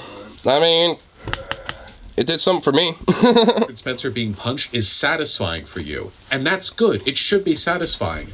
But that, like... Don't mistake what is cathartic for what is actually good politics. There are literally historical examples of these big confrontations between brown shirts and like opposing like social democrats or leftists or whatever, and examples of this happening in America as well, like before World War II, before our involvement. And what I found is usually it doesn't actually work that well for us. And a big part of that is because fascists are the group that get off on being militaristic, violent, radicalizing people based on the perception of committing violence, and getting people in media to lionize their violence. It's because Dems are not leftists. Yeah. And also, I'd argue that a lot of, like, you know, elements of social democrats and, like, liberals and, you know, centrist-leaning groups and movements and shit tend to kind of, you know, latch on to this strong idea of civility and shit, like when it comes to civility politics. And that kind of undermines the, you know, elements of, like, the more radical need to kind of, like, fight back against the more, you know, militaristic elements of the far right, especially fascism. Because, I mean, Vosh is right. They, you know, Nazis and the far right and fascists get off on the idea of, you know, being militaristic and have violence and shit within their movement. That's why, you know, in a sense, like, you know, egging that on out of them is, you know, in a way, in my opinion, actually, you know, a little better. I you know, because in a sense, you know, obviously I'm saying, you know, I think it's fine to scrap up with them, but, do so very calculatively. Like, you want to do so in a sense where they throw the fucking punch first. They throw the fucking first swing. They're the ones who start that shit.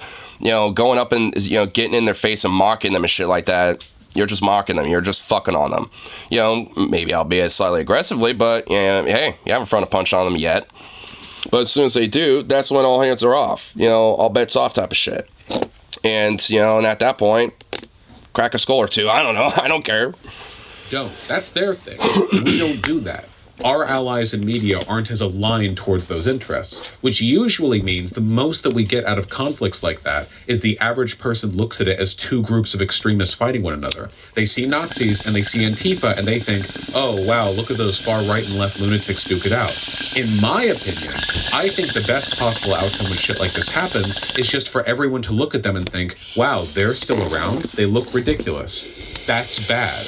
And then, be negatively polarized accordingly. I think that's way more effective. Keep in mind, the reason they do shit like this is to stir up controversy and conflict. They want videos of some soy-faced, colored hair Antifa dude showing up walking out of a Starbucks and going dude, that's a Nazi swastika, you can't do that, dude, and then recording videos. They have Andy Ngo right there on the side with a video camera, ready to take videos of confrontation so that they can have 1,000 far-right YouTube channels, and politicians go we need to deal with the terror of soy boy Antifas fighting people in the street. And the thing is, they do this all the time, no matter fuck what. Even if you're just verbally saying something to them and not, being altercational in the sense of violence and shit, they still do this.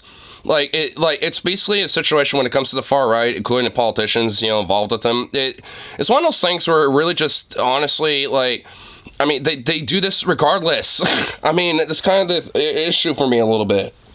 It's you can't, not make them do that. Because they're just going to keep doing with it. They don't care. They just see it as, a win and an egg, on, the left and shit. And that's all they care about. They don't give a fuck one way or the other, with how civil or, how peaceful or whatever you do. They're just going to, paint you as the bad guy and say, oh, we're the victims. Look at these soy boy lefties. They want that. They're fully prepped to do this. They have a whole apparatus of doing this, that's the whole point of them doing this, them just walking around and not doing anything, then going back home, it usually makes them look pretty dumb. And it usually leads to a bunch of people on the far right denouncing them and calling them feds, which is an indication that they're embarrassed of their behavior. And that's good for us because the embarrassment makes them look less cool. And the less cool they look, the less effectively they can galvanize potential conflict in favor of recruiting new people. And it reminds normies that Nazis are a real threat that need to be taken seriously, even if right now that threat is only at the level of them doing a gay march through downtown. Does everyone understand what I've said? The best case... Yeah, but I have a few nitpicks, but at the end of the day, I don't necessarily disagree. I just don't really think, being so, bent up about it really is gonna, mean much. At least just in my opinion, because, either way, they look stupid. Most people are not going to look at these guys, whether, in a conflict or just walking around like a bunch of idiots. They're not going to look at them positively. They're not going to look at this as oh, yeah, well, because someone threw a punch at them first, well, maybe they might have a point. I don't think that's going to be happening. Outside of maybe, fringe conservatives are, teetering with fascism and shit, which they probably already were going to do that anyway. So it's it's one of those things where it's I don't think, getting focused on this shit really means much. If these guys really do start getting rowdy, by the way, is not us fighting them. Because, again, that for normies, that's just two extremist groups fighting each other. But rather them confronting police. Historically, when these guys confront police, it always makes us look good. Because while police do have strong sympathies to the far right, generally speaking, that's not so much the case that they'll, usually not, try to arrest them if they get rowdy. Even in cases like Charlottesville or whatever else, the police may have sympathies to the far right, but they're not literally 100% of the time completely on board. So as a consequence of that, when the police and these guys end up fighting, which, hey, remember when that happened at the Cenotaph in the UK just a couple days ago? Remember? Seriously, look up examples of far-right protesters fighting with police. They make us look fantastic because the only people who really... I mean, this is true. I ain't gonna really disagree with this. Are right-leaning normies and the right, which means when the far right fights with police, they're splitting their own group. There are people on the right who are split. Well, that's why I don't really disagree, because I mean, when you have the far right attacking police and shit, or scrapping up with cops, I mean, a lot of people that may be sympathetic to them are going to be like, wait, what the fuck? Blue lives matter. The cops are our friends. You son of a bitch. Like, they're going to start sucking up police dick, more so than being sympathetic of a more fringe like version of themselves. Like, so I mean, that's why I don't really disagree with this. Like, I mean, which is why I think, egging on their aggression is kind of a good thing, in my opinion. Because, like, it's not really you being the aggressor. You're egging on their aggression. Like, I mean, it's basically doing a little bit of trolling. I mean, this is like what trolls do, right? Like, I mean, they egg on people's, angst and aggression and shit, and get them to pop off a little bit. Like, I mean, that's essentially is what I, at the end of the day, I'd advocate for. Obviously, defend yourself and scrap up when they throw a fucking punch at you, but eventually other people, and cops included, are going to see that and see you as the one not being the aggressor in that case. Not to go all, it's not my job to cheat, but why is it a left job to dial it back for normies? If you can't tell people fighting Nazis are the right ones, I know what to tell you. That's also another thing. Like, that's why I don't really think, being so fixated about, like, like scrapping up with Nazis and shit like that means anything that much. Because if there's someone who's like a normie or like, some stereotypical like lib or centrist or whatever the fuck that looks at that, it's like, well, that's actually not like, cool, bro. Like, they're bad, but don't fucking punch them. It's like, they're Nazis. Like, I'm like, why do you care? Like, they're fucking Nazi scum. At least in my opinion, it is. Okay, well, I think, when it comes to that, it's like, it's not necessarily the job of like the left to educate the public in a sense of like being like, some sort of like, like having to like, shove theory down people's throats. When it comes to having a one-on-one conversation with people, like, at the bar or in your workplace and stuff, I think that's, where that should probably apply more. But that's a different scenario in my mind, but like, just like going on Twitter and having to try to like, whatever the fuck, like being like, here, normies, I'm trying to educate them about why it's good or some shit. It's like, that in a sense is not really my job. I mean, yeah. Like, I mean, because when it comes to this specific context of shit, if you can't tell that, like, then, like, Nazis are the unequivocally, objectively fucking bad ones here, then I don't know what to tell you, honestly.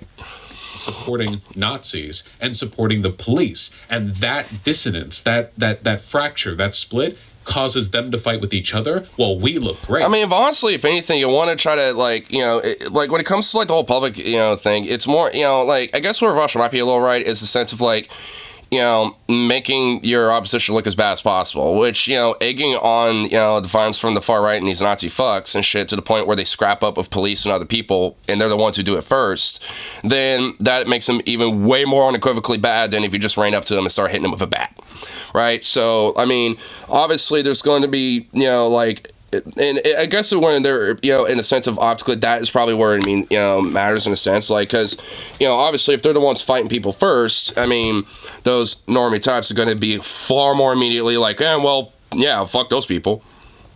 I mean, so there's like kind of a sense in that way where, like you can kind of like indirectly have people educated on it by just being like, look, just being like that, essentially. Not to mention there's some called common centrist, sadly few and far in between, especially nowadays. Yeah. I mean, especially with like, means of accessibility and information and shit and stuff. Yeah, like, it's one of those things where, like you can easily be like, hey, here's, the information. Here you go. Just Google it, basically. I know it's like a kind of a dismissive thing because like, oh, well, if you're saying just Google it, then obviously you didn't back it up. But it's like sometimes obviously you're not going to have that shit right off the bat. It's not like I have like, some sort of like a con of every source I have known a man or some shit, you know what I mean? Like, so it's one of those things where it's like, yeah, I don't got it right off the top of my head. So it's like one of those things where you might have to just look it up really quick. Not that matters, just if you're gaslit. Yeah, I mean, that's like another element of it. It's like, even if like, you don't really necessarily do anything, especially on the right wing. They gaslight the fuck out of you, and that's kind of another element of like why I don't think this matters as much, you know, because like, yeah, no matter what you do, even if you're peaceful or aggressive or whatever, like you're basically going to, you know, like get gaslit and being like, oh well, no, you're actually, you know, in the wrong, blah, blah, blah. You're trying to censor them, this and that, and blah, blah, blah, blah, blah. You fucking dirty commie groomer figgy.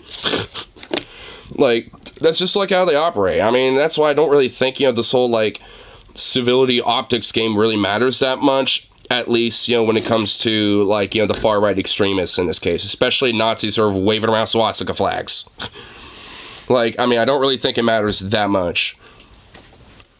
I mean, it has its value, but it's just, like, I mean, it's one of those things where it's maybe overvalued, honestly. At least especially when you got these fucks walking around. What we have to do is kick our feet up, you know, lean back in our deck chair with a big margarita and go like, haha, look at these like cops fighting cops. Look at these fash fighting fash. Haha, we get to make jokes, you know, pig on pig violence. Woohoo! Like, wow, one guy has his hood on, one guy has it at home. Woohoo! We get to make all those jokes. And meanwhile, the right is fighting with itself. Remember after January 6th when there was a really big schism where the right had to decide whether or not they were pro-cop when the Capitol Police defended the Capitol building against the January 6th protesters? Barely. That schism actually led to a lot of people fracturing off the right. Not so many people that Trump is no longer like a viable electoral threat, but enough people that it, you know, caused fracturing within the people that are that balls deep in the right-wing herpaderp, are capable of critical thinking. I mean, when they're this far in, yeah, like, there's, like, 99% of them are. There's, like, you know, 1% that might realize, like, oh, I'm actually kind of on the wrong team, aren't I? Like, but that's, like, you know, they're the exception of the rule. That's why I say, like, the 1%. Like, the 1% of exceptions where maybe eventually they'll realize, like, I'm the baddie, actually, aren't I? Are we the baddies? Them clash with police forces a lot of people on the right to really like, there's just, like, you know, there's something, you know, that happens where, like, a neuron eventually clicks and they're like, oh, are we the baddies? Just like that meme. They have to decide whether or not they're actually in favor of the police or whether or not they're, you know, in favor of something else that occasionally conflicts with the law. And I know that seems like it'd be easy for somebody who might otherwise be sympathetic to Nazis to resolve, but you have to understand something really important, which is that most conservatives are retarded. Okay, sorry. Look, I'm sorry, guys. Why are you saying sorry for the unfortunate, sad but true fact? I've looked at this so many times because I've talked about Antifa a bunch, and I remember all the protests outside of Berkeley. This is my opinion on the matter. It is not the same as downplaying the threat Nazis pose, not even remotely. I think it's a very sensible, evidence-based, well-thought-out approach. You know, being outside of Berkeley and actually being in it are a little different. Come on, Vosh, that's ableist. I mean, Vosh is known to say retarded a lot. Like, I mean, he's not really shy of saying it. I mean, honestly, he is like someone who's actually legit talked about this before because people in his chat have like harped on him about it before, and he's kind of relatively unapologetic about it. But I think it's also because he calls himself that too, and you know, and being autistic, I think, you know, he's like, well, look, I think it's fine, so whatever.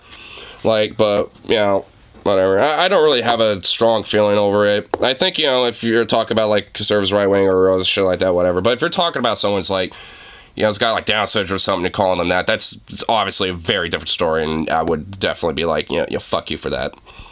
The thing...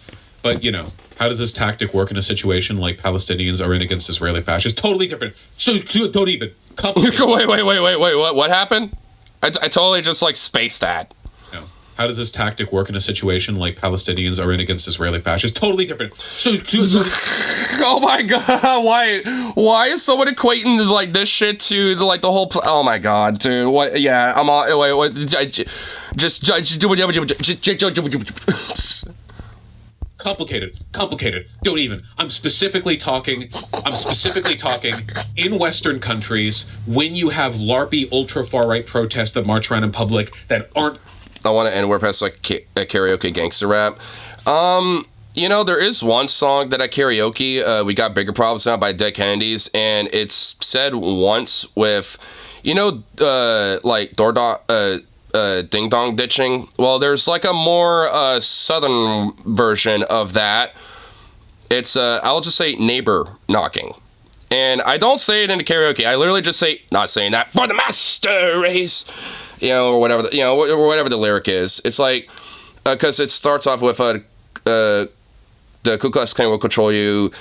Still, you think it's natural. Neighbor knocking for the master race. Thinking something of a happy place or some shit like that. But, you know, even there, I don't say it. It's like, nah, not risking it. Nope. In conflicts with people, and they also, don't it's have okay to karaoke anywhere by Blackfoot, but I was told that depends on the crowd. Yeah, and that's kind of why I don't. Like, I mean, I'm sure it'd be fine, because, I mean, there's been plenty of karaoke's where other people, you know, white people too, that have been, you know, that will sing karaoke's and raps that have it in there and shit. But, you know, so I figure it's, you know, fine, you know, considering it's a karaoke setting, you know, but it's still something that I just kind of respect and just don't do personally. Very specific. If anything, every now and then I notice I get a slight chuckle by not saying that, for the master race. Like, when I do that in that song, actually, I notice every now and then I get a slight chuckle from people. So, I'll just kind of keep doing that anyway. Would actually have the N-word. Yeah, the karaoke that I sing, it actually does have it there. Yeah, so, I mean, no one cares, but it's just, you know, it's part of the song. You know, it's part of the lyrics to it. But I still ain't saying it. I Stepdad's karaoke machine would have it. Well, yeah. I mean, like, some karaoke's will, like, censor cuss words and slurs and stuff, and some don't. Like, I think it just kind of depends on, like, who sets up the karaoke thing or whatever when it comes to, like, producing the, you know, the shit, whatever. Yeah, but, like, yeah, I think it just kind of depends. Because some karaoke's that I've sing, you know, sometimes, like, you know, I mean, you could tell what the word is, but it's, like, censored a little bit. You know, but when it comes to, like, you know, like other karaoke's, like, it won't censor anything. So, I don't know. It just kind of depends, I guess. It censors the word damn. Wow. That's very selective.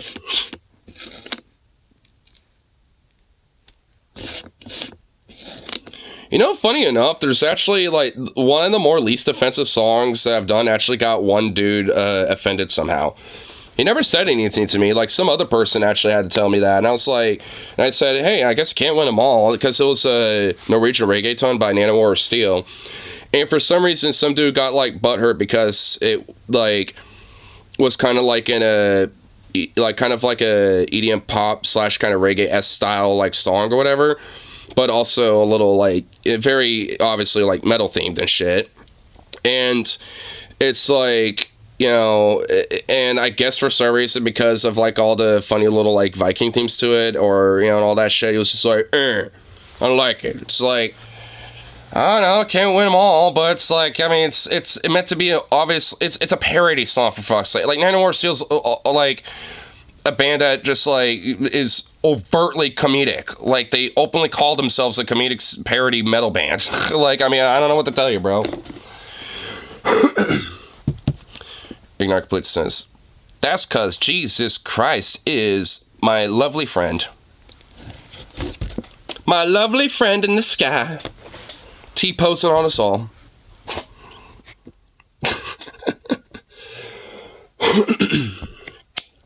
Very, very specific. Okay, yeah. Whew, okay, just, yeah. Gotta be careful. Gotta be careful. My worry is that it gives police an opportunity to look effective and necessary. I'm completely okay with police looking effective and necessary if they are doing so while truncheoning some dipshit with a swastika flag.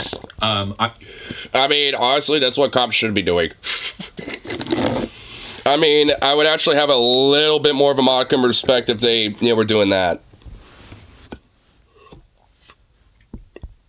That's how, I heard that's how Jesus ascended. He T-posed all the way to heaven. Yeah, he just T-posed on us all. He just T-posed to heaven, dude. What?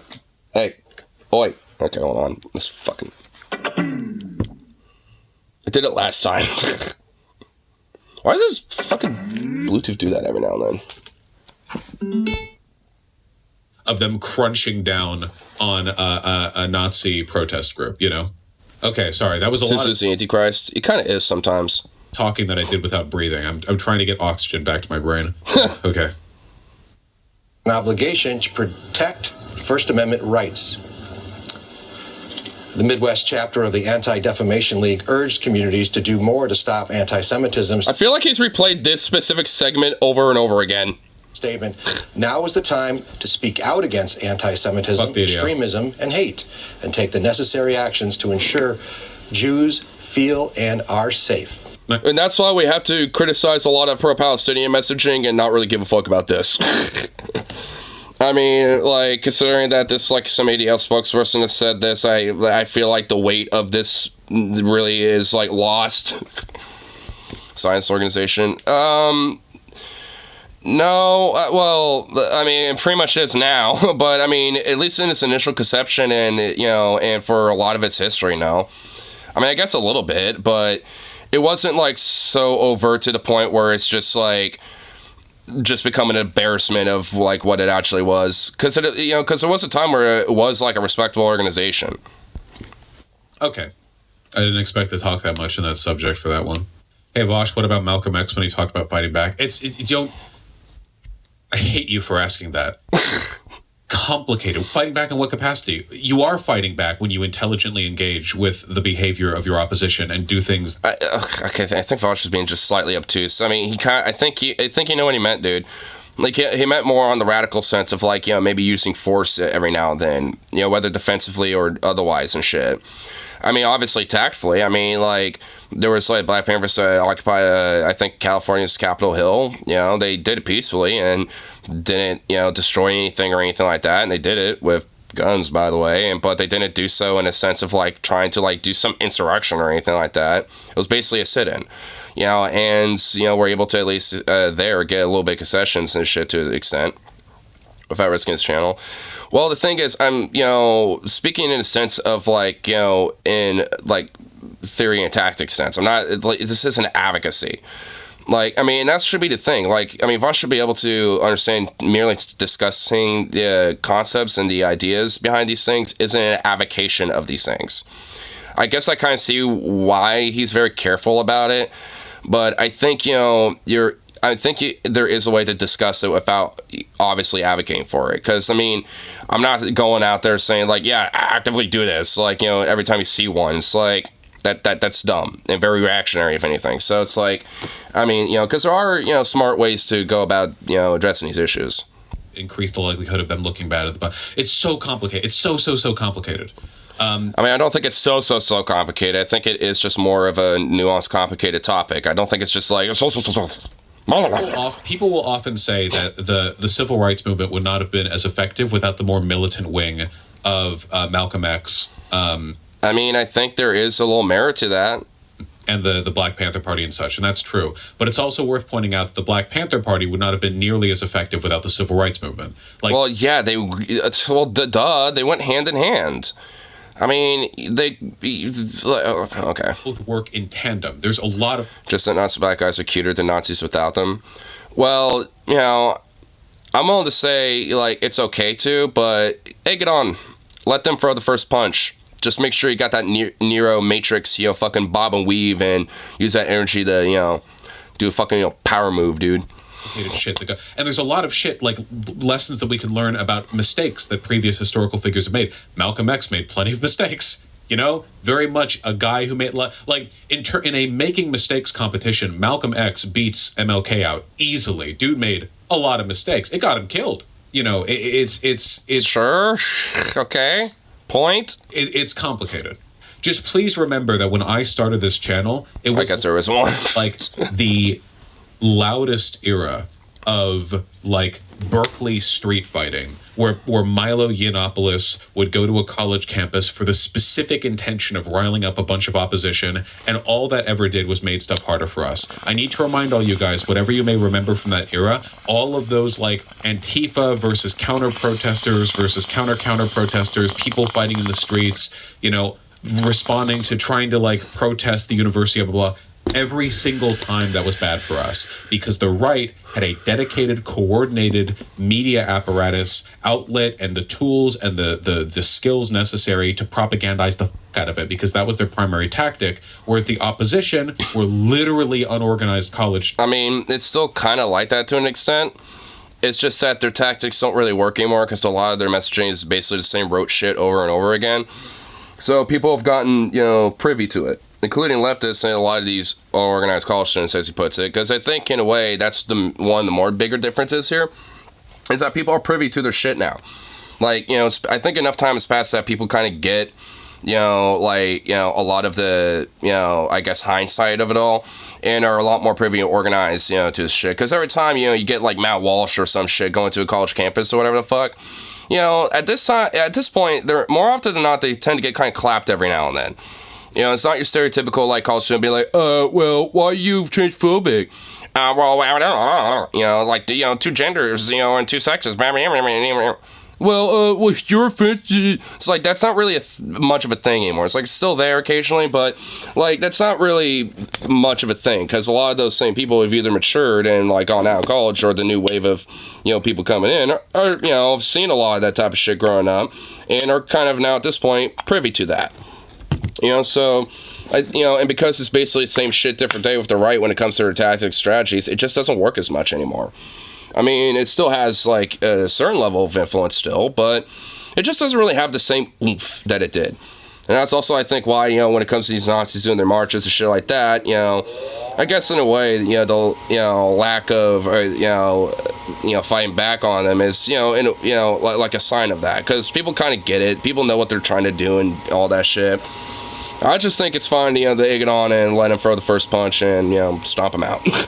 But, it's like, hey, if they walk around looking like a bunch of dipshits, then, hey, they walk around looking like a bunch of dipshits. Because, at this point, people are kind of aware of what the fuck they're about now. And good. I mean, that's actually, that is a good thing. So, I mean, in a way, the more they do stupid shit like this, the more, people just kind of turn against them. But that's why I think, even if we do see the occasional person, like lashing out or whatever the fuck at them, I don't really think it means much. That's why I think, this whole, like, you would have to, like, kind of cater to, like, the civility aspect of things. I just don't think it means that much. Like, because even if we do have that happen every now and then, whatever. I don't really think it really is that big of a deal. Because who's really going to be all butthurt about fucking on a Nazi? I mean, seriously. Do I got time for fresh voice video? Oh, yeah. Here, let's kind of skim around this. You kind of talk about some other stuff. This kind of goes back to that, I guess. Yeah. Yeah, well, I guess it kind of keeps going back and forth about the same stuff, so... Yeah, well, let's check this out. Is it the, it's finally time for... Oh, whoa, this is fresh. Ooh, fresh and fit. Is finally upon us. Oh my god, he has another doggo? When did he get another doggo? Let's go, am I right? I know. Yep, it's a big day. Oh. Tomorrow's Thanksgiving. Oh, and there's this husky. But that's gonna be playing second fiddle. No one's gonna care about Thanksgiving tomorrow after I tell you what I need to talk about today. What I'm about to announce will end up being a holiday that will be celebrated by human beings for eons to come. Oh, and shit. You can tell your great-great-great-grandchildren from the afterlife, if they happen to be using a Ouija board, that you were here to witness the genesis of it. All of the animals are here in the headquarters, excited. All of the ghosts that haunt my walls have a big smile on their face and celebrating. I am happy to announce that the Dungeons & Dragons show that I've been teasing for like the last 4 months is finally ready. A show? Wait, is this something that he made? Charles, can you just tell us where we're going? We've been walking for days and I only have one... Oh shit, it is! Okay. Where can we find these bad boys? Home Improvement reruns are on and Tim the Toolman Taylor's making that goofy noise I like. I love how he literally looks like Jesus here. Oh, ye of little faith. You bloviating buffoon. All those other side projects, the esports organization, pro wrestling, my rise through the ranks of Hollywood as a peerless thespian, all just an elaborate distraction from what is meant to be my magnum opus, my legacy-defining triumph. I present to you An exhilarating role-playing journey of mirth and merriment, a world in which anything and everything can and probably will happen. Welcome to Critical Role. Whoa. Yeah, so here I'm on the set of The Happiest Place on Earth. This is our multi-million-dollar studio that we've designed for our upcoming D&D campaign, Critical Role. It's a unique on-brand name for our take on a chaotic D&D experience. We have 2 high-quality DMs that are going to be helping us go on a grand adventure that's never been... 2 Dungeon Masters? Oh, shit. Dude, this is like a grand D&D campaign. I don't think I've ever heard of a D&D campaign having, like, 2 Dungeon Masters. Or never even attempted before. I still need to do a goddamn D&D campaign one day. And I can't wait for the incredible adventures. Shut up, you bastard! We're engaged in the fucking... Goddamn it, you bastard! We're being sued by Critical Role. Check your phone. What did you do? You yapping about? Hey, Charlie, Matt here. Who's this guy? Buddy, we talked about this. I really can't have you using that name at all. Please. Yeah, dude, it's like really confusing. Like, you're a creative person. Just come up with something. I like how she just walks up with an empty shot glass. It's, you know, we can show letterhead, I guess, if we could go through it. No, actually, our lawyers called and they don't actually know who they work for anymore, so they... Do you remember Teach's Holiday Reform video and how he wanted to take Thanksgiving from November? Well, I have the replacement. No trying day. It's a day where you just don't try at all. Not going to work. Have to change. No going to work. Dude, I love that idea. Please change that for us. I don't know, guys. I kind of like it. Where are these people coming from? Who are all these people? No, it's don't buy. Well, alright then. Fuck it. Whoa. Oh, shit. Fucking riding dinosaurs and shit. But it's not a laser shooting dinosaur, though.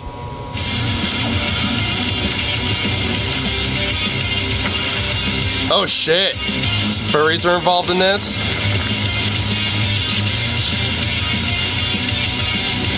Oh, shit, dude. Whoa. Massive thanks to Wizard Lore. They... Goes in, need to feel pressure to doctor themselves, just stay at home and eat chips and ice cream. Hell yeah. Animation there, and I think they... I mean, honestly, girls shouldn't feel pressure to doctor themselves up anyway.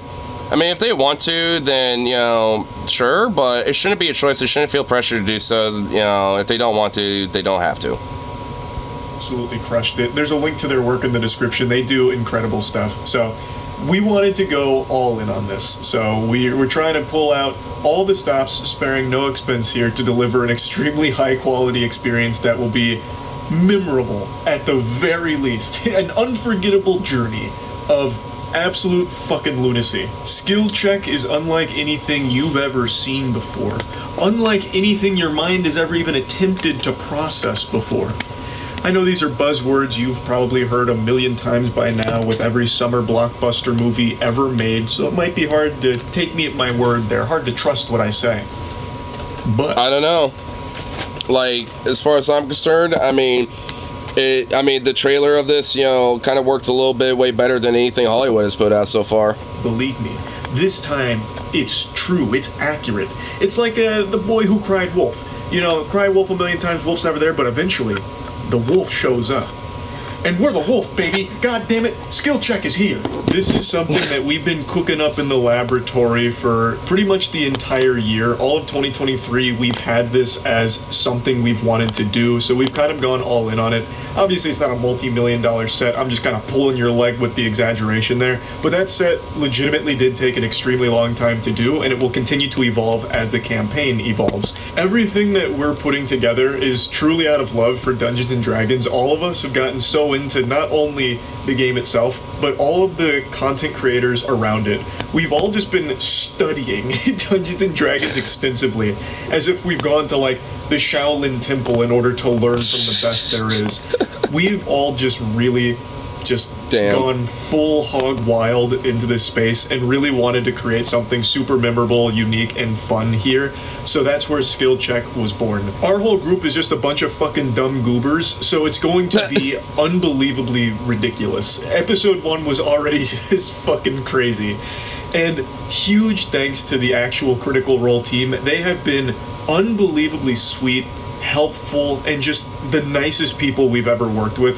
They've been kind of guiding us here and mentoring us on how to do it properly, and just showing us the ropes of everything that the community has to offer, honestly. So big thanks to them. Prior to this, I had only ever been a part of one D&D campaign before. It was on Twitch a couple of years ago. Many of you might remember that. I absolutely adored doing that, and now it feels so good to be back. So we filmed our first episode yesterday, and that episode, I am happy to say, will be live on YouTube and Twitch 1 week from today. So that means November 29th at 8 p.m. EST. It's gonna be dropping hot. A big fuck yeah, dude. You know, honestly, I'm gonna definitely have to check that out. I know I'm likely gonna be working that day, but I'm definitely gonna have that in the background. I definitely wanna check this out. See me here. And the way it's going to work is it's going to be a pre-recorded episode, but it's going to be pushed live as a stream. So YouTube has something called premieres, where it's a video, but it goes up kind of live, where there's still a chat where you can interact with people while watching the content. And it's the same thing for Twitch. It will that's how a premiere works. Live, but a pre-recorded segment. It's what Critical Role does as well. It's fun to have the community be able to talk to each other during the episode as it plays out, and eventually we would like to actually do some of them live. Like, not pre-recorded push live, but like legitimately live. And this is helping to get our tootsies wet in the pool here. So it will go live November 29th, 8 p.m. EST, here and on Twitch, Voice Critical Twitch channel. And I am super excited for you guys to see it. I think the first episode went pretty hard. I was going to go over like the very bare bones of the setting and the story, but I'm just going to go ahead and let you all see that for yourself firsthand next week. It's going to be myself, Matt, Danny, Chase, Aaron, Chelsea, and Caleb playing. We have 2 dungeon masters, Drew and Ryan, who have spent the better part of this year crafting an incredibly large and very deep, robust universe for us to explore and adventure. To be fair, premieres still need to be explained to some people. Yeah, I guess you're right. Even on the DFF premieres, sometimes I'll see that. It's like, how do you not know this is what? And we've also spent the whole year pretty much as a group playing together, honing our abilities, and improving our chemistry overall. We've been like Walter White out here with the chemistry we've been working on here. It's been super fun. We've been playing all the time, and I think it's led to us having a very special kind of campaign here. It's one that I think is pretty different than what most people are used to seeing. In a good way, in a wacky way, I'll say. It's quite quirky. What the twist? Legitimately super excited to get this out to you next week. Hopefully you all enjoy it. And this is only the beginning for Skill Check. We have a lot more planned down the line. We have prop masters as well. We're really going pretty hard with it. The first episode doesn't have all of our props ready for it, but as we continue to grow and as we continue to evolve in the game, so too will our actual wardrobe and our set, our location, everything. Everything will upgrade with us as the world continues to develop throughout the journey and the grand adventure of Skill Check. So, again, we're all extremely excited. So hopefully you all enjoy it. That's about it. See ya.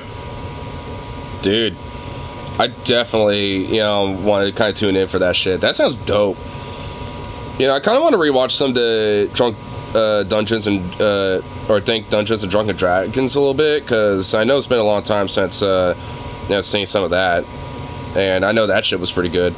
So, I mean, because I kind of want to, like, get myself warmed up a little bit, for this type of shit. And also, I just want to, like, get, like, a day, with the boys, together and maybe do, like, a D&D campaign or some shit. Because that would honestly be pretty cool. Like, as I just haven't done one yet, and I know at least a couple of my friends have done it before. If I have to, like, hit them up about that, I'd be like, oi, she'll have a D&D campaign sometime. Someone hosting the premiere should at one point pretend to read the chat and be like, oh yeah, that's a good point, skeptical Jesus. I think unironically that probably has happened before. I wouldn't necessarily be surprised, but I'm pretty sure that might have happened before.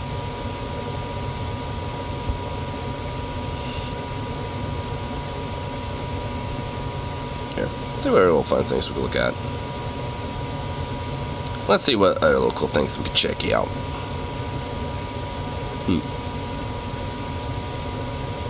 Ex-Obama official caught in shockingly racist rant. Oh my god, I saw this on Public Freakout before I started this. Kyle reported on it? Okay. You guys are about... And then someone's like, wait, is it live or not? Do you know that honestly has happened? You're speaking you're speaking more close to the truth than honestly I'd rather wish. Because, like, my lord. Here. Yeah, this charger picked up from the bar. Kind of sucks. Ugh. Get this bad boy back in here. Ugh.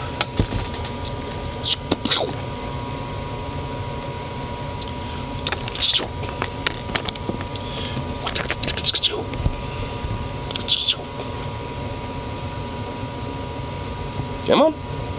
There we go. Here is absolutely wild, man. So there's a guy who was basically harassing these halal street vendors in New York, or it might have been one that he kept going back to the same one, and it blew up on social media because the things he says are just, dude, this guy is fucking bigoted. It's like, this guy is, like, legitimately, like, a fucking bastard, bro. Like, a fucking vile piece of shit. The things he does say are fucked up. I didn't see the full video. It's only, like, half of it. But the shit that he says is just fucking heinous, dude. Like, I mean, and also, like, these, like, Egyptian halal, vendors and shit. Dude, they slap, bro. They are, like, some of the, like, hardest working dudes and, like, tastiest fucking food you'll ever have, bro. Shit's dank. Acted as if, like, nobody could see him or hear him and this would never get out, and it's clear that, like, a dude is recording him and he keeps going.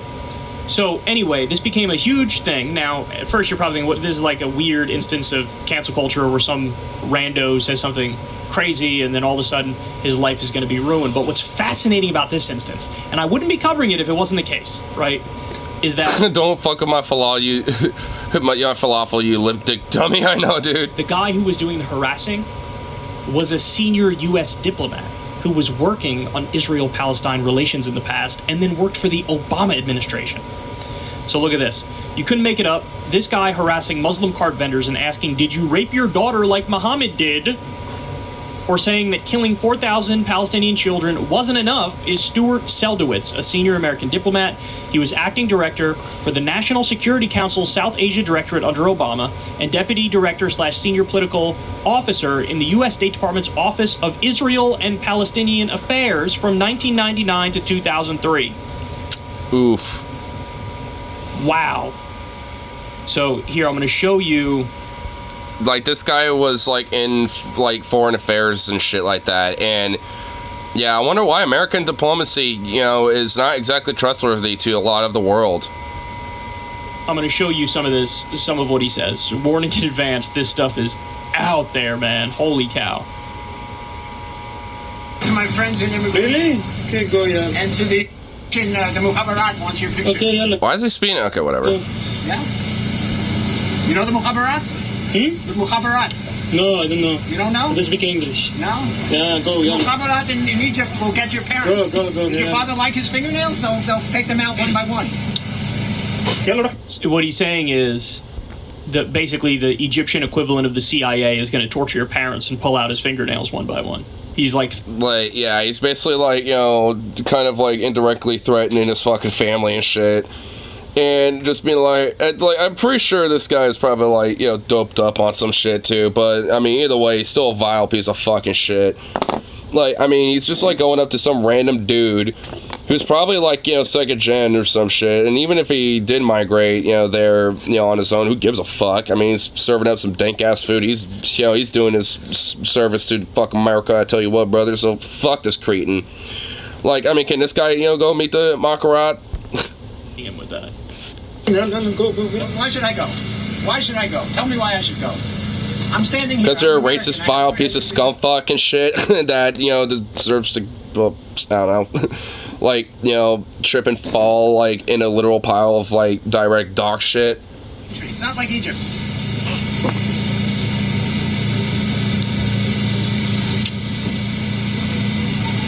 Yeah, smile for me.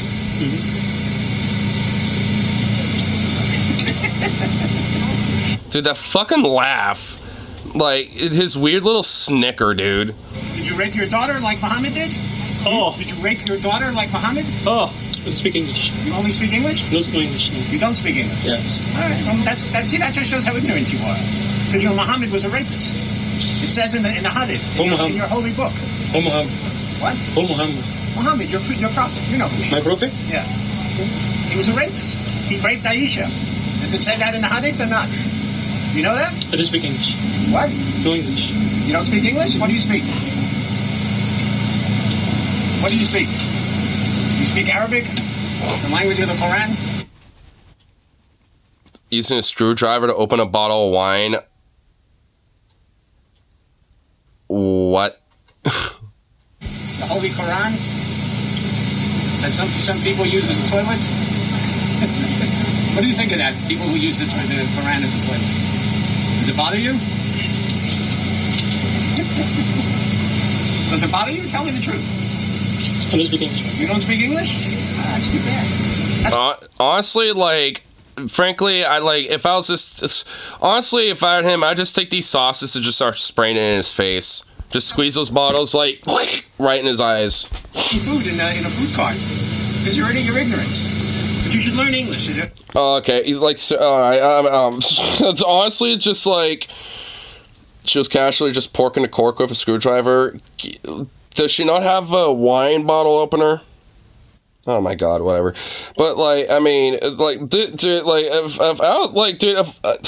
I've seen some stupid, heinous shit, you know, in Portland before, but if, like, I saw some stupid fucking vile piece of shit like this, like, harassing, like, some Egyptian street vendor that would be in Portland, dude, I would just kind of straight up scrap up with that.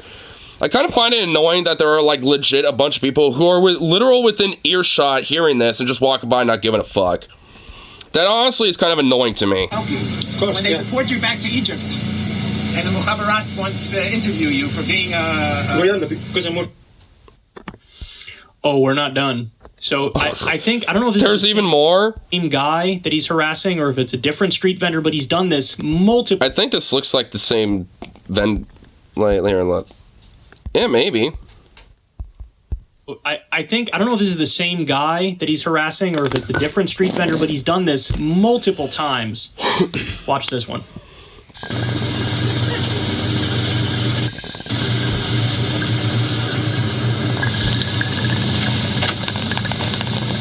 Go. Why is he here? Go.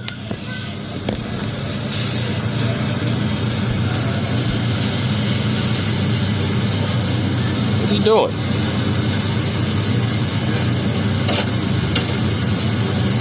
What's he holding? What is he doing?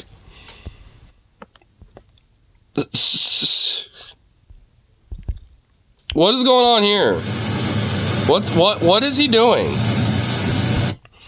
Is he holding pins up? So I don't know. One of the things he's holding up here, I don't know what it is. The other one is an Israeli flag. Oh, it's like an Israeli flag pin. Oh yeah, I can kind of see it. Like what? Like yeah, I don't know what the hell he's holding up though. Against the window. He literally just looks like an unhinged, like weird homeless man, dude. Racist piece of shit criminal who I guess is wandering around New York like a deranged homeless racist fuck. I don't know. Like what is up with this dude? What's he doing now? It's not my fault that you pray to a criminal. Listen, I'm working now, okay? Can you leave, please?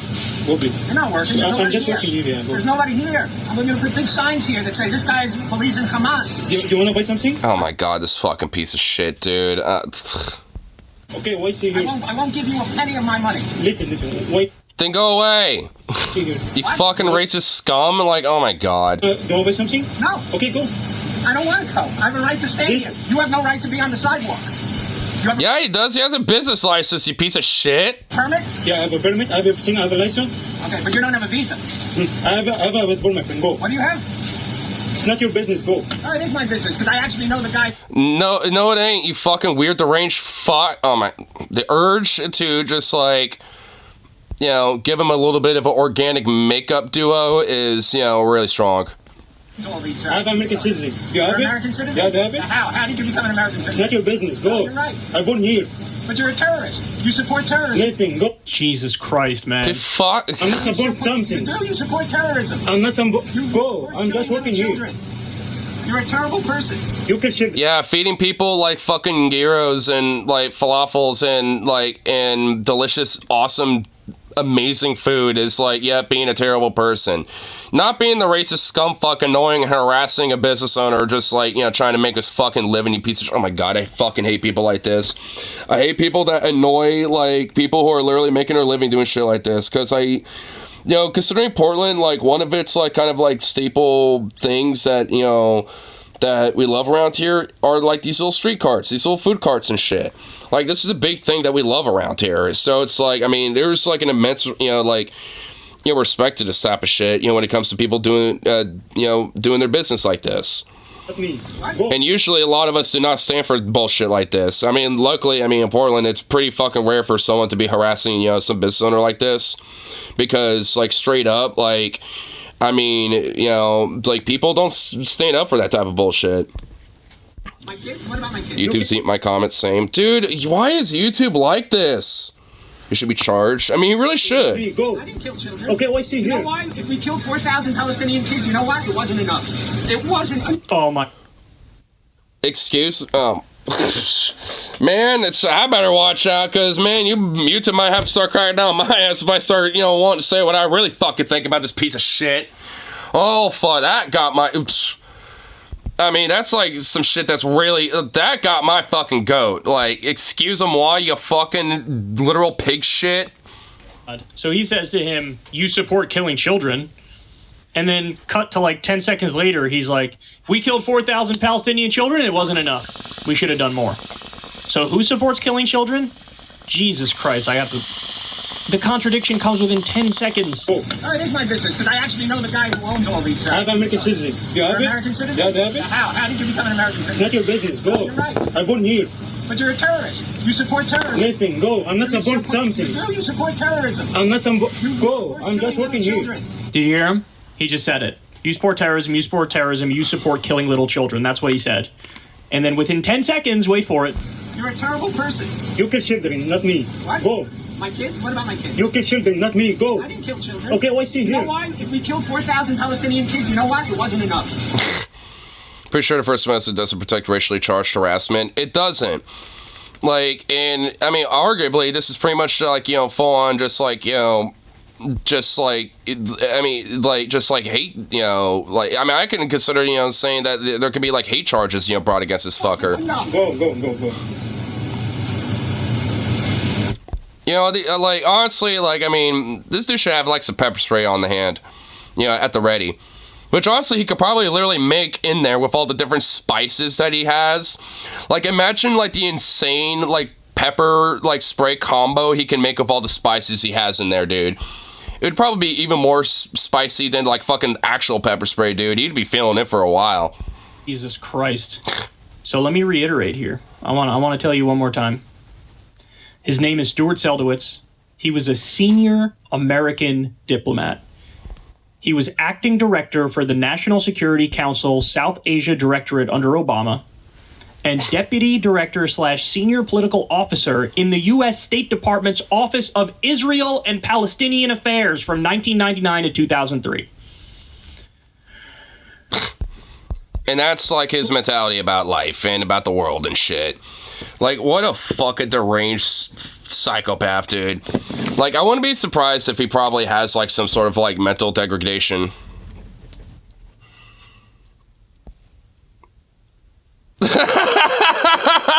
I see why YouTube probably didn't, like, you know, fucking, you know, do that. You know, is he Egyptian? I mean, to be fair, I don't know if the, you know, streetcar owner is Egyptian.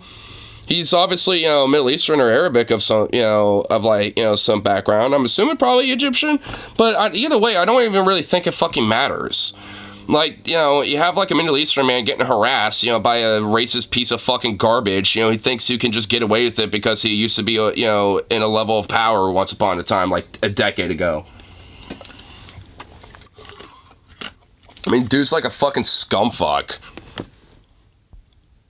Here's why this is so disturbing, but also very important, is that Americans would like it to be the case that our government is like a neutral arbiter for world Frankly, I wish it was. Affairs, for international law. That like we look at everything rationally, objectively, we try to problem solve, you know. This is what the idea of like the world policeman is at its best. Hey, I'm going to be above the fray, I'm going to be neutral, I'm going to be objective, I'm going to do my best to mediate fairly. And by the way, that's what polls show people want for Israel and Palestine. They would like the U.S. to be this neutral, objective, fair arbiter.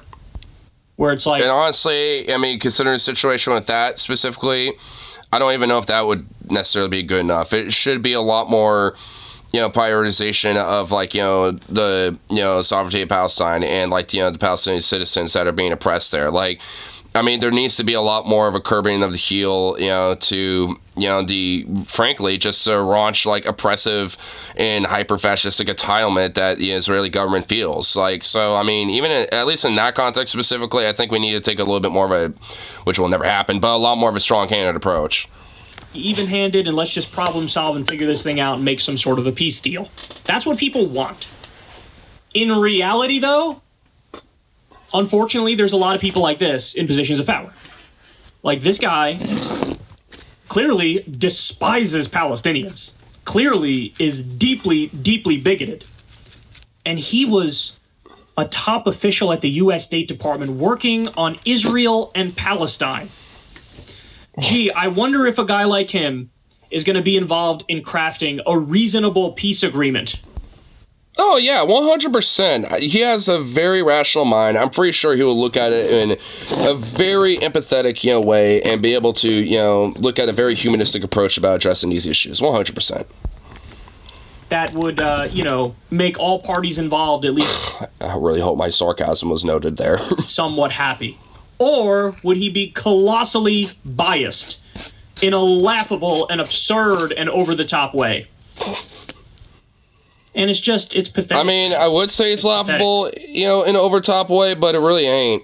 It's absurd in an over-top way, but, I mean, if it was just, like, some random deranged, like, racist, homeless nut on the street, you know, yelling shit like this or whatever the fuck, it'd be, like, one thing to me where I think it would be. But this guy, like, you know, probably still at least has some level of influence and power, which is also why he feels so heavily emboldened to say stupid shit that he does, especially on the street. Which honestly, again, the fact that there are people, even in broad daylight, just walking by, obviously kind of overhearing at least snippets of that shit and not giving a fuck, I mean, and just kind of walking by and not even at least saying something, it's also kind of annoying to me. It's like, I mean, because it ain't just like some dude being like, all right, fuck you, you're stupid for your position, blah, blah, like, you know, just like, it's not like some whatever political beef you might see on the street or some shit that might happen. Like, it's a dude, like, having racially charged, you know, hateful harassment against a dude for making a living. Like, it's a, you know, like, I mean, it's just some bullshit. I mean, it's not something that, you know, should be, you know, accepted publicly, but yet, you know, I guess people on their New York hustle bustle don't give enough of a fuck. We often talk about how we've lost our moral authority, and certainly, I think the biggest example of that... I don't think we really had any ever, you know, like, at least since World War II. ...in modern American history is Guantanamo Bay, Abu Ghraib, the war in Iraq. That was, like, the real big moment of, like, oh, the rest of the world is basically laughing at you and despising you at the same time, because we don't actually care about the liberal world order. We don't actually care about international law and human rights. And then, like, when stuff... Or shot. Well, the dude is, like, a rich, influenced, like, you know, yuppie, rich white fuck. I don't really think he's going to have anything outside of maybe, like, a tiny little thing of pepper spray. You also be like, yeah, I have to clean my shoes now. I just stepped in some shit. Sure, he'd get a laugh out of it. This comes out. And how we're acting right now towards Israel. Basically a green light. Hey, do whatever you want. Dude, how many 7,000 Palestinian children killed? Yeah, what are you going to do, right? Like, we're still on the side of Israel, right? And then you see stuff like this and you go, oh, I see how we ended up where we are. I see it. It's disturbing. This guy should have never had a position of power when it comes to foreign policy. Because clearly, and I'll go a step further. I don't care about the backstory. I don't care if they had gotten in some argument prior to that and then he comes around and does this sort of harassment. because it's very clearly and explicitly in religious terms, in ethnic terms, in racial terms. It is like there is no excuse for saying those things. We should have killed more than 4,000 Palestinian children. Yeah, it's just like literal fucking like, you know, just like racist harassment and just like bigotry and utter discrimination. Like, that's just all it literally is. It's just, I mean, the dude should just at least, you know, be, like, charged and, like, you know, put in a cell for at least, you know, a couple years. I mean, fuck that piece of shit. And probably a psychological evaluation, too, while we're at it. Dude seems like he might be a little, okay, cool.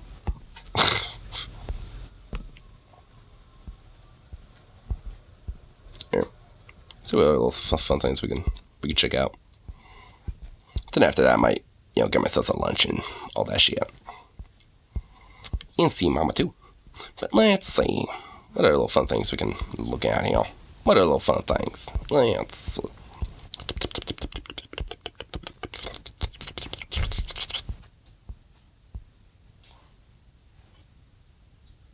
Yeah, I just heard that and I was wondering why my dog ain't boofing off insanely. He's in the laundry room. This kitty keeps trying to climb on my lap. I don't need a kitty right now. Embrace and love the kitty. Oh, shit. Oh, a new Jubilee popped up a couple hours ago. Or I guess 8 hours ago. 5 dads versus a fake. You know what? Dad. Why not? Why not check it out? I'm a dad. I am a dad. I'm a dad. I'm a dad. I'm a dad. Do they all have little kids? I'm a dad.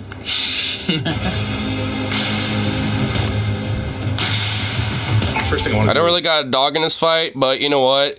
Let's see if we can suss out the one that might not. You know what? Right off the bat, I kind of feel like this guy with the pink hair. Like, you know, I kind of feel like he's probably like the cool ass dad, but at the same time, he might honestly be the cool uncle, dude. I don't know, man. He kind of has like the very cool uncle vibe.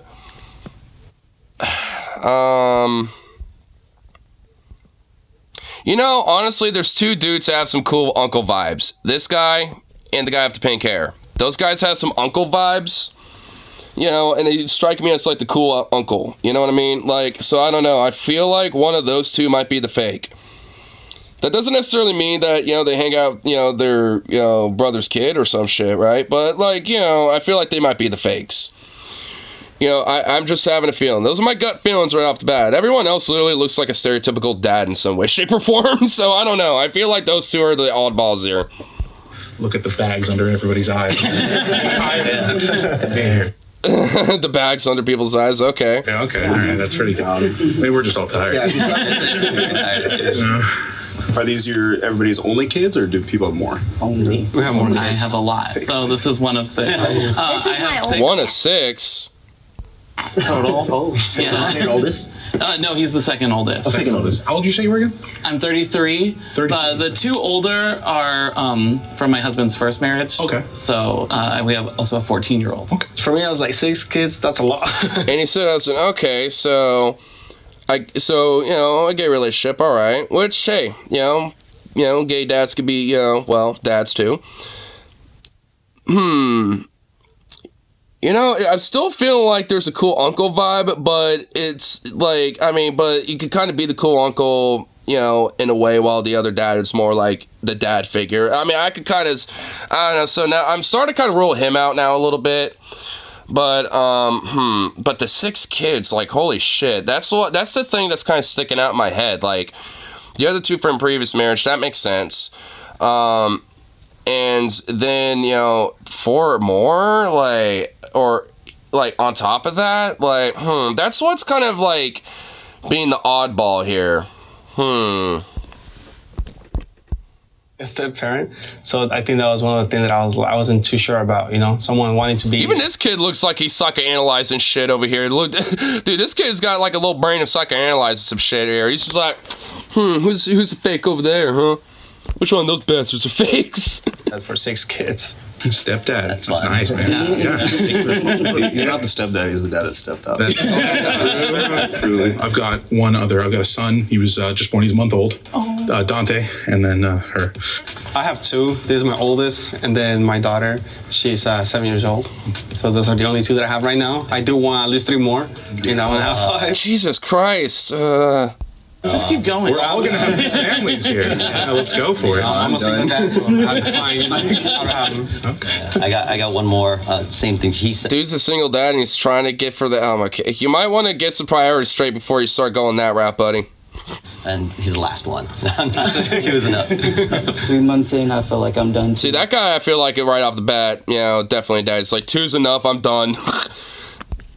I want a football team, basically. I'm curious, like, what's the most shocking thing or maybe most difficult thing about fatherhood? I've noticed there's apparently like at least 2 dynamics about like, you know, parenthood. There's like the ones that are like, all right, I've had my limit after like 1 or 2, maybe 3. Then they're like, all right, I had enough. And then there's the ones that are like, I must multiply.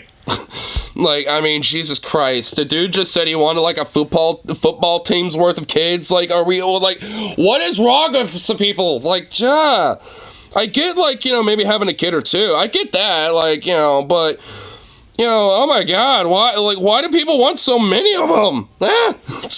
Stop reproducing so much.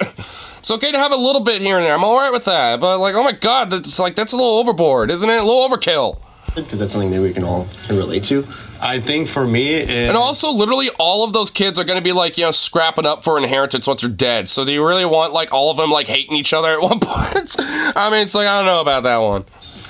I didn't feel like a dad. I don't want any kids is all that valid. Yes, I think it is. I mean, we're just having fun with this. Like I said, I got no dog in this fight. Like a school project, like, oh, I just gotta make sure it's all right. He survives the day. First, I thought it was him because like he was kind of tossing the kid around. I was like, oh Jesus, this gotta be like an uncle type figure. The part that's probably comes the hardest is the growing up part. It seems kind of cheesy, but really, like, every day she does something new. There was one weekend that we had a nice little weekend, me and my wife, and she was with my parents, and she came back that weekend knowing a few more words, and I was upset that I missed that. Like, just those little moments that you miss, and like, I don't ever want you to take her again. No, I don't want her learning anything. All right, well, I'm kind of ruling out that this guy's the uncle vibe. I mean, he probably still got the vibe, but he's kind of getting the dad pass. It's at your house. Like, they literally heard God tell them, be fruitful and multiply. No, dude. It's okay. What's wrong? I think the hardest thing for me. Yeah, he's a dad. Was honestly right there just struck me. It's like, yeah, he's a dad.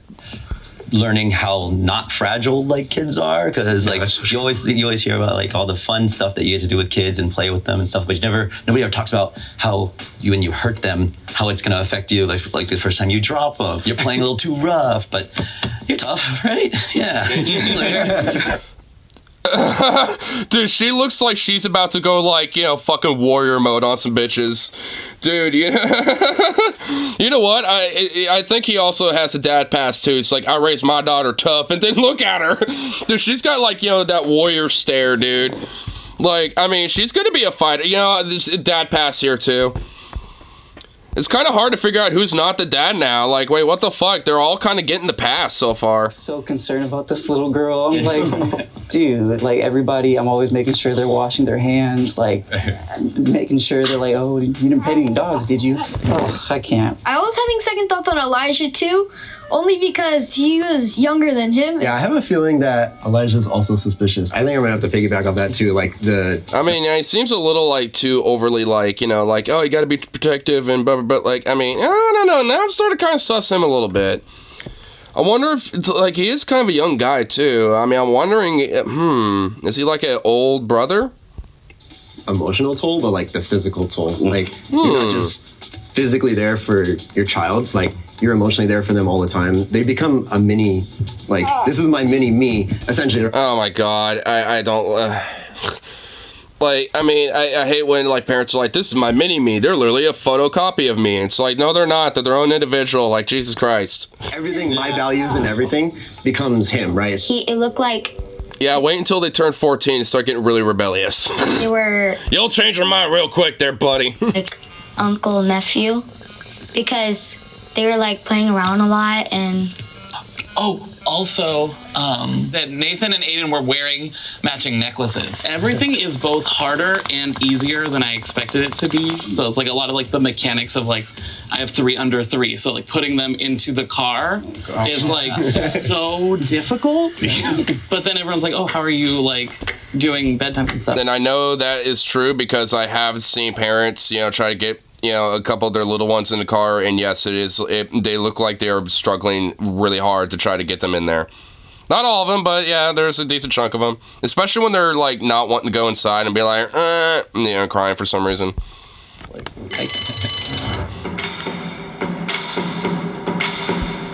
So who's the fake here? Oh shit! All these people are voting for that guy. See, I don't know. I feel like he got that pass. He was carrying the baby, kind of like sitting down instead of just putting it to the side. I voted for Nathan because... Well, he is too. And get that dad energy from him, from somebody who would have had their kids so young and gone through all the things that dads do go through for the first time.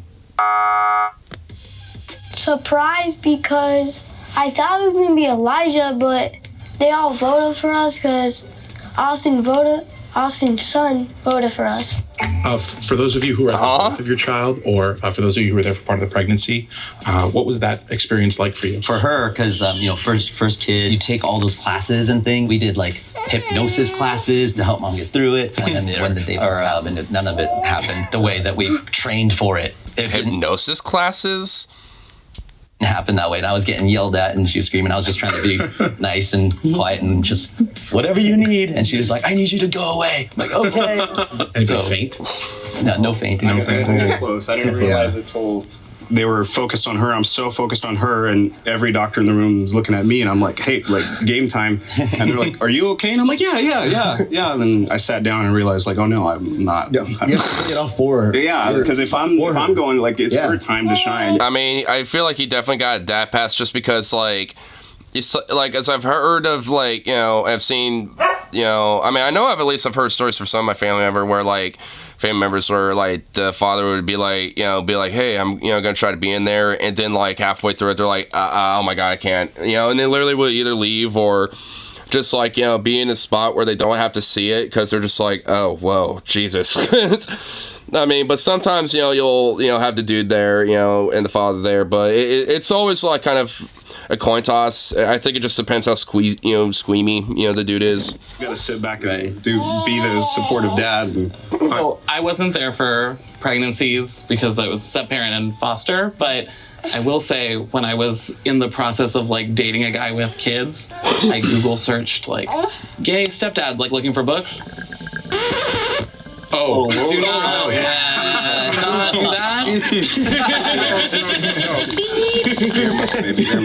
I was frontline. Shout out my girlfriend. She was pushing, and it didn't seem like she was. So all the doctors are like, "Good push, good push," and I was like, "Really?" That's the thing. Is like everybody always talks about the yelling noise. Like you see it in the movies, but the reality is when they're pushing, it's more like I was like, "Are you doing anything? Good job, baby." During the pregnancy stage, so I was 19, so I was a sophomore in college, and that was probably the most difficult part because I was in a fraternity too, and all these kids do not want to be here. I mean, I'm kind of low-key wondering why they even had them here in the first place, just to kind of like enforce the idea that they are. Oh, and everybody was that they're dads. And I was so left out. Is that your dad? Yes, that's my dad. His name is Nathan. I kind of had some beef with Dominic because he was all asking me questions like, "Are you sure he's your dad?" I was like, "Yes, I'm sure he's my dad." You know your dad's name. That's yeah, a and good he's start. 27 years old. His relationship. Dude, they're calling him out. I just kind of feel like this is like one of those weird, like, super Christian type of families or some shit. I just got a strong feeling about that because I know a couple families that are like this, that are like, these are my photocopies, and like basically dress them up like in this. Yeah, dude, like I've seen this before. Aiden seems more of one of two brothers. You can just kind of see in the way they interact, the way they look at each other. Tell them, why do we even come here? You don't even know why fully. Yeah, you need to pay taxes and stuff. What's your earliest memory of your dad? Earliest thing you remember? I remember, trying to make me laugh, but that wouldn't really work with me. Oh, I'm funny. Something was off about him. He just wasn't really communicating with his daughter. I mean, maybe because she's just really shy or something, and she also kind of has a look of like, I don't want to be here like the rest of these kids. I guess the babies don't give a fuck one way or the other, but... Oh, man. No, yeah, I'm not funny. That was pretty funny. Well, you know when a joke becomes a dad joke, right? When it becomes apparent. Okay, that was a good one. All right. How about you? What's your favorite memory? Yeah. So I was with my mom a lot, that basically whole entire week. I was able to see my new baby sister, and I finally saw her. I was excited. Let me spend most of the time with you guys. Think you can find out who's the fake daddy? What's it? Yeah, yeah, maybe, I guess. Find out. Now let's get back to the video. It was like the body language. I saw a kid pat Nathan on the back, and I was like, ooh. Nah, we didn't like that. Just seemed to me... Okay, that guy just seems like a hardcore germaphobe, and I'm not 100% too sure if, like, you know, he's got that, that energy, honestly. I'm kind of sussing him out as being like, I don't know about you there, buddy. Answered... Like, that was really his dad. So that made me question my whole thing. And then at the last minute when we go up to vote, I'm like, I don't think it's Nathan anymore. So that's why I wrote down Nikki. If everyone feels confident that you already caught the mole, you can end the game now. But if the majority has doubt, the game will continue. I think they Please doubt raise your it, hand so... if you want to continue playing the game. Or I don't think they doubt it. Continue playing? That's 2 out of 5. Okay. So we will not continue the game. If the lights turn green... You know, I still feel like the mole's in there, so I'll actually be kind of a little shocked if it's green. I voted the mole out, and you win. If Let's the see. lights turn red, the liar's still in the square. I say it's red, but I'm kind of sussing out like that. I'm still kind of sussing these two out a little bit, but the other three seem fine. 3, 2, 1. Oh shit! Okay. Let's go. We did it. Let's go. On the count of So who was 3, it? if the mole can step forward and reveal himself, along with It's gonna be those two. I didn't think any of them would be, but I mean, I'm starting to kind of maybe suss these two out a little bit, I guess, now, out of those two, but fuck. crime. 3, 2, 1. Oh, well, okay, I guess it was them. It was well done. Good job, guys. Now is it, brother energy or is it uncle energy? Yeah, I knew you were gonna let me down from the beginning. I was trying so hard, but I knew like It was my fault, the 27-year-old, he's just gonna let me down. Thank you. We practiced for way longer than I want to admit. So it's probably an older brother if that's the case. How are you guys related? Are you related? Yeah, we're brothers. Brothers. Yeah, it's brother energy. Okay. You almost got me on taxes, though. I had my intuition from the beginning, and guess so. I really did. I honestly thought it would be like some weird kind of Christian family weird like I'm a photocopy dynamic thing, but. I mean, hey, I guess, honestly, since they're brothers, it actually makes a lot more sense, because evidently they have a pretty close relationship with each other, which is cool. But, I mean, I would not have expected them, to be frank. I mean, he kind of just looked like, I don't know. I mean, like, the other dudes kind of seemed a little bit more like uncle energy shit, so I was just like, just kind of like, it threw me off. That type of shit definitely kind of threw me off, though. I did not think that is going to be the case. I mean, they kind of almost, like, it seems like, maybe he was kind of like almost like a, at least in some part, maybe like a father figure for him in a little bit. But not in, like, the traditional sense. Just kind of more of like, whenever dad ain't there, he kind of like, steps up for the role, so to speak, or some shit. If I had to take a stab at it, but I have no idea. But, like I said, I did not expect that. I did not expect those two to be the ones. To be the most.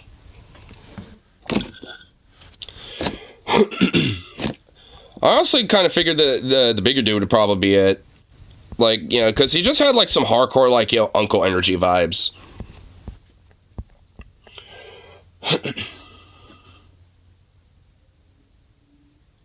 That silly little dog. What a goof. What that little goof. Just hiding himself away in there. Silly thing. What a silly little goof.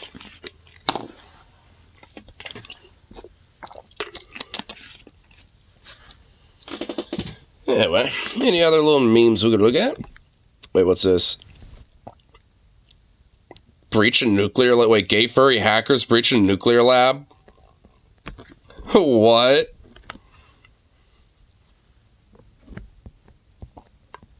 Nuclear research lab hub in Idaho National Laboratory. In Idaho. Confirmed that fell victim of data breach on Tuesday. A group of self-proclaimed gay furry hackers took responsibility for claiming they access sensitive employee data like social security numbers. Oh shit. If they research creating IRL catcalls, will take down this post. See, take profile. This month, leaked internal documents for retaliation against this country from text human rights. And they could comment text government affiliate organizations, political risks like targeting state governments for passing anti-trans legislation earlier this year. Blah, blah, which explains why it's, you know, targeting Idaho here.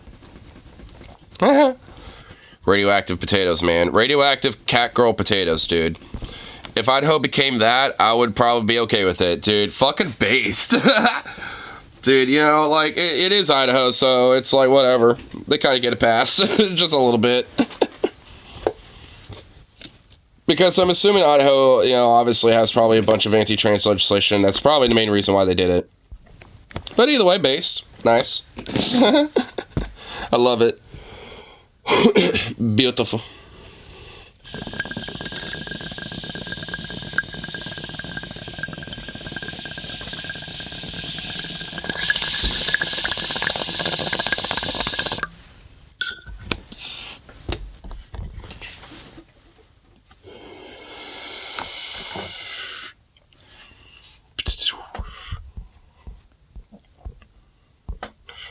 Here.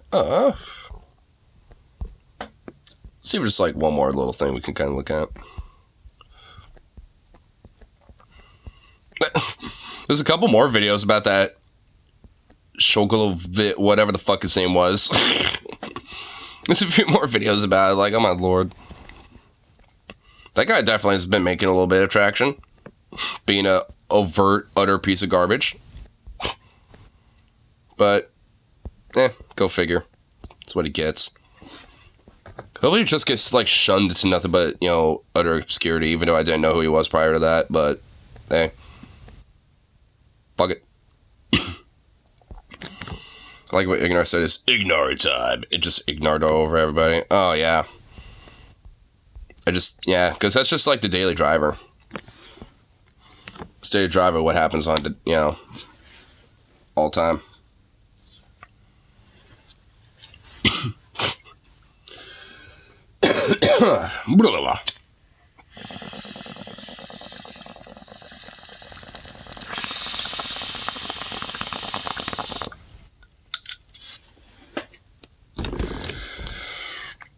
Dead doesn't mean, yeah, kind of. It pretty much is at this point, to be honest. But, anyway. I'm just gonna get myself some food, all that fun stuff, and then go see Mama for a little bit. Kind of get Thanksgiving all planned up and all that shit. And, of course, you know, I'll be back around for a little bit later. Have a little fun, check out some other absurdities and crazy shit, and who knows what the fuck else is going on for tonight. So, at least without further ado, peace out, and I shall see you all down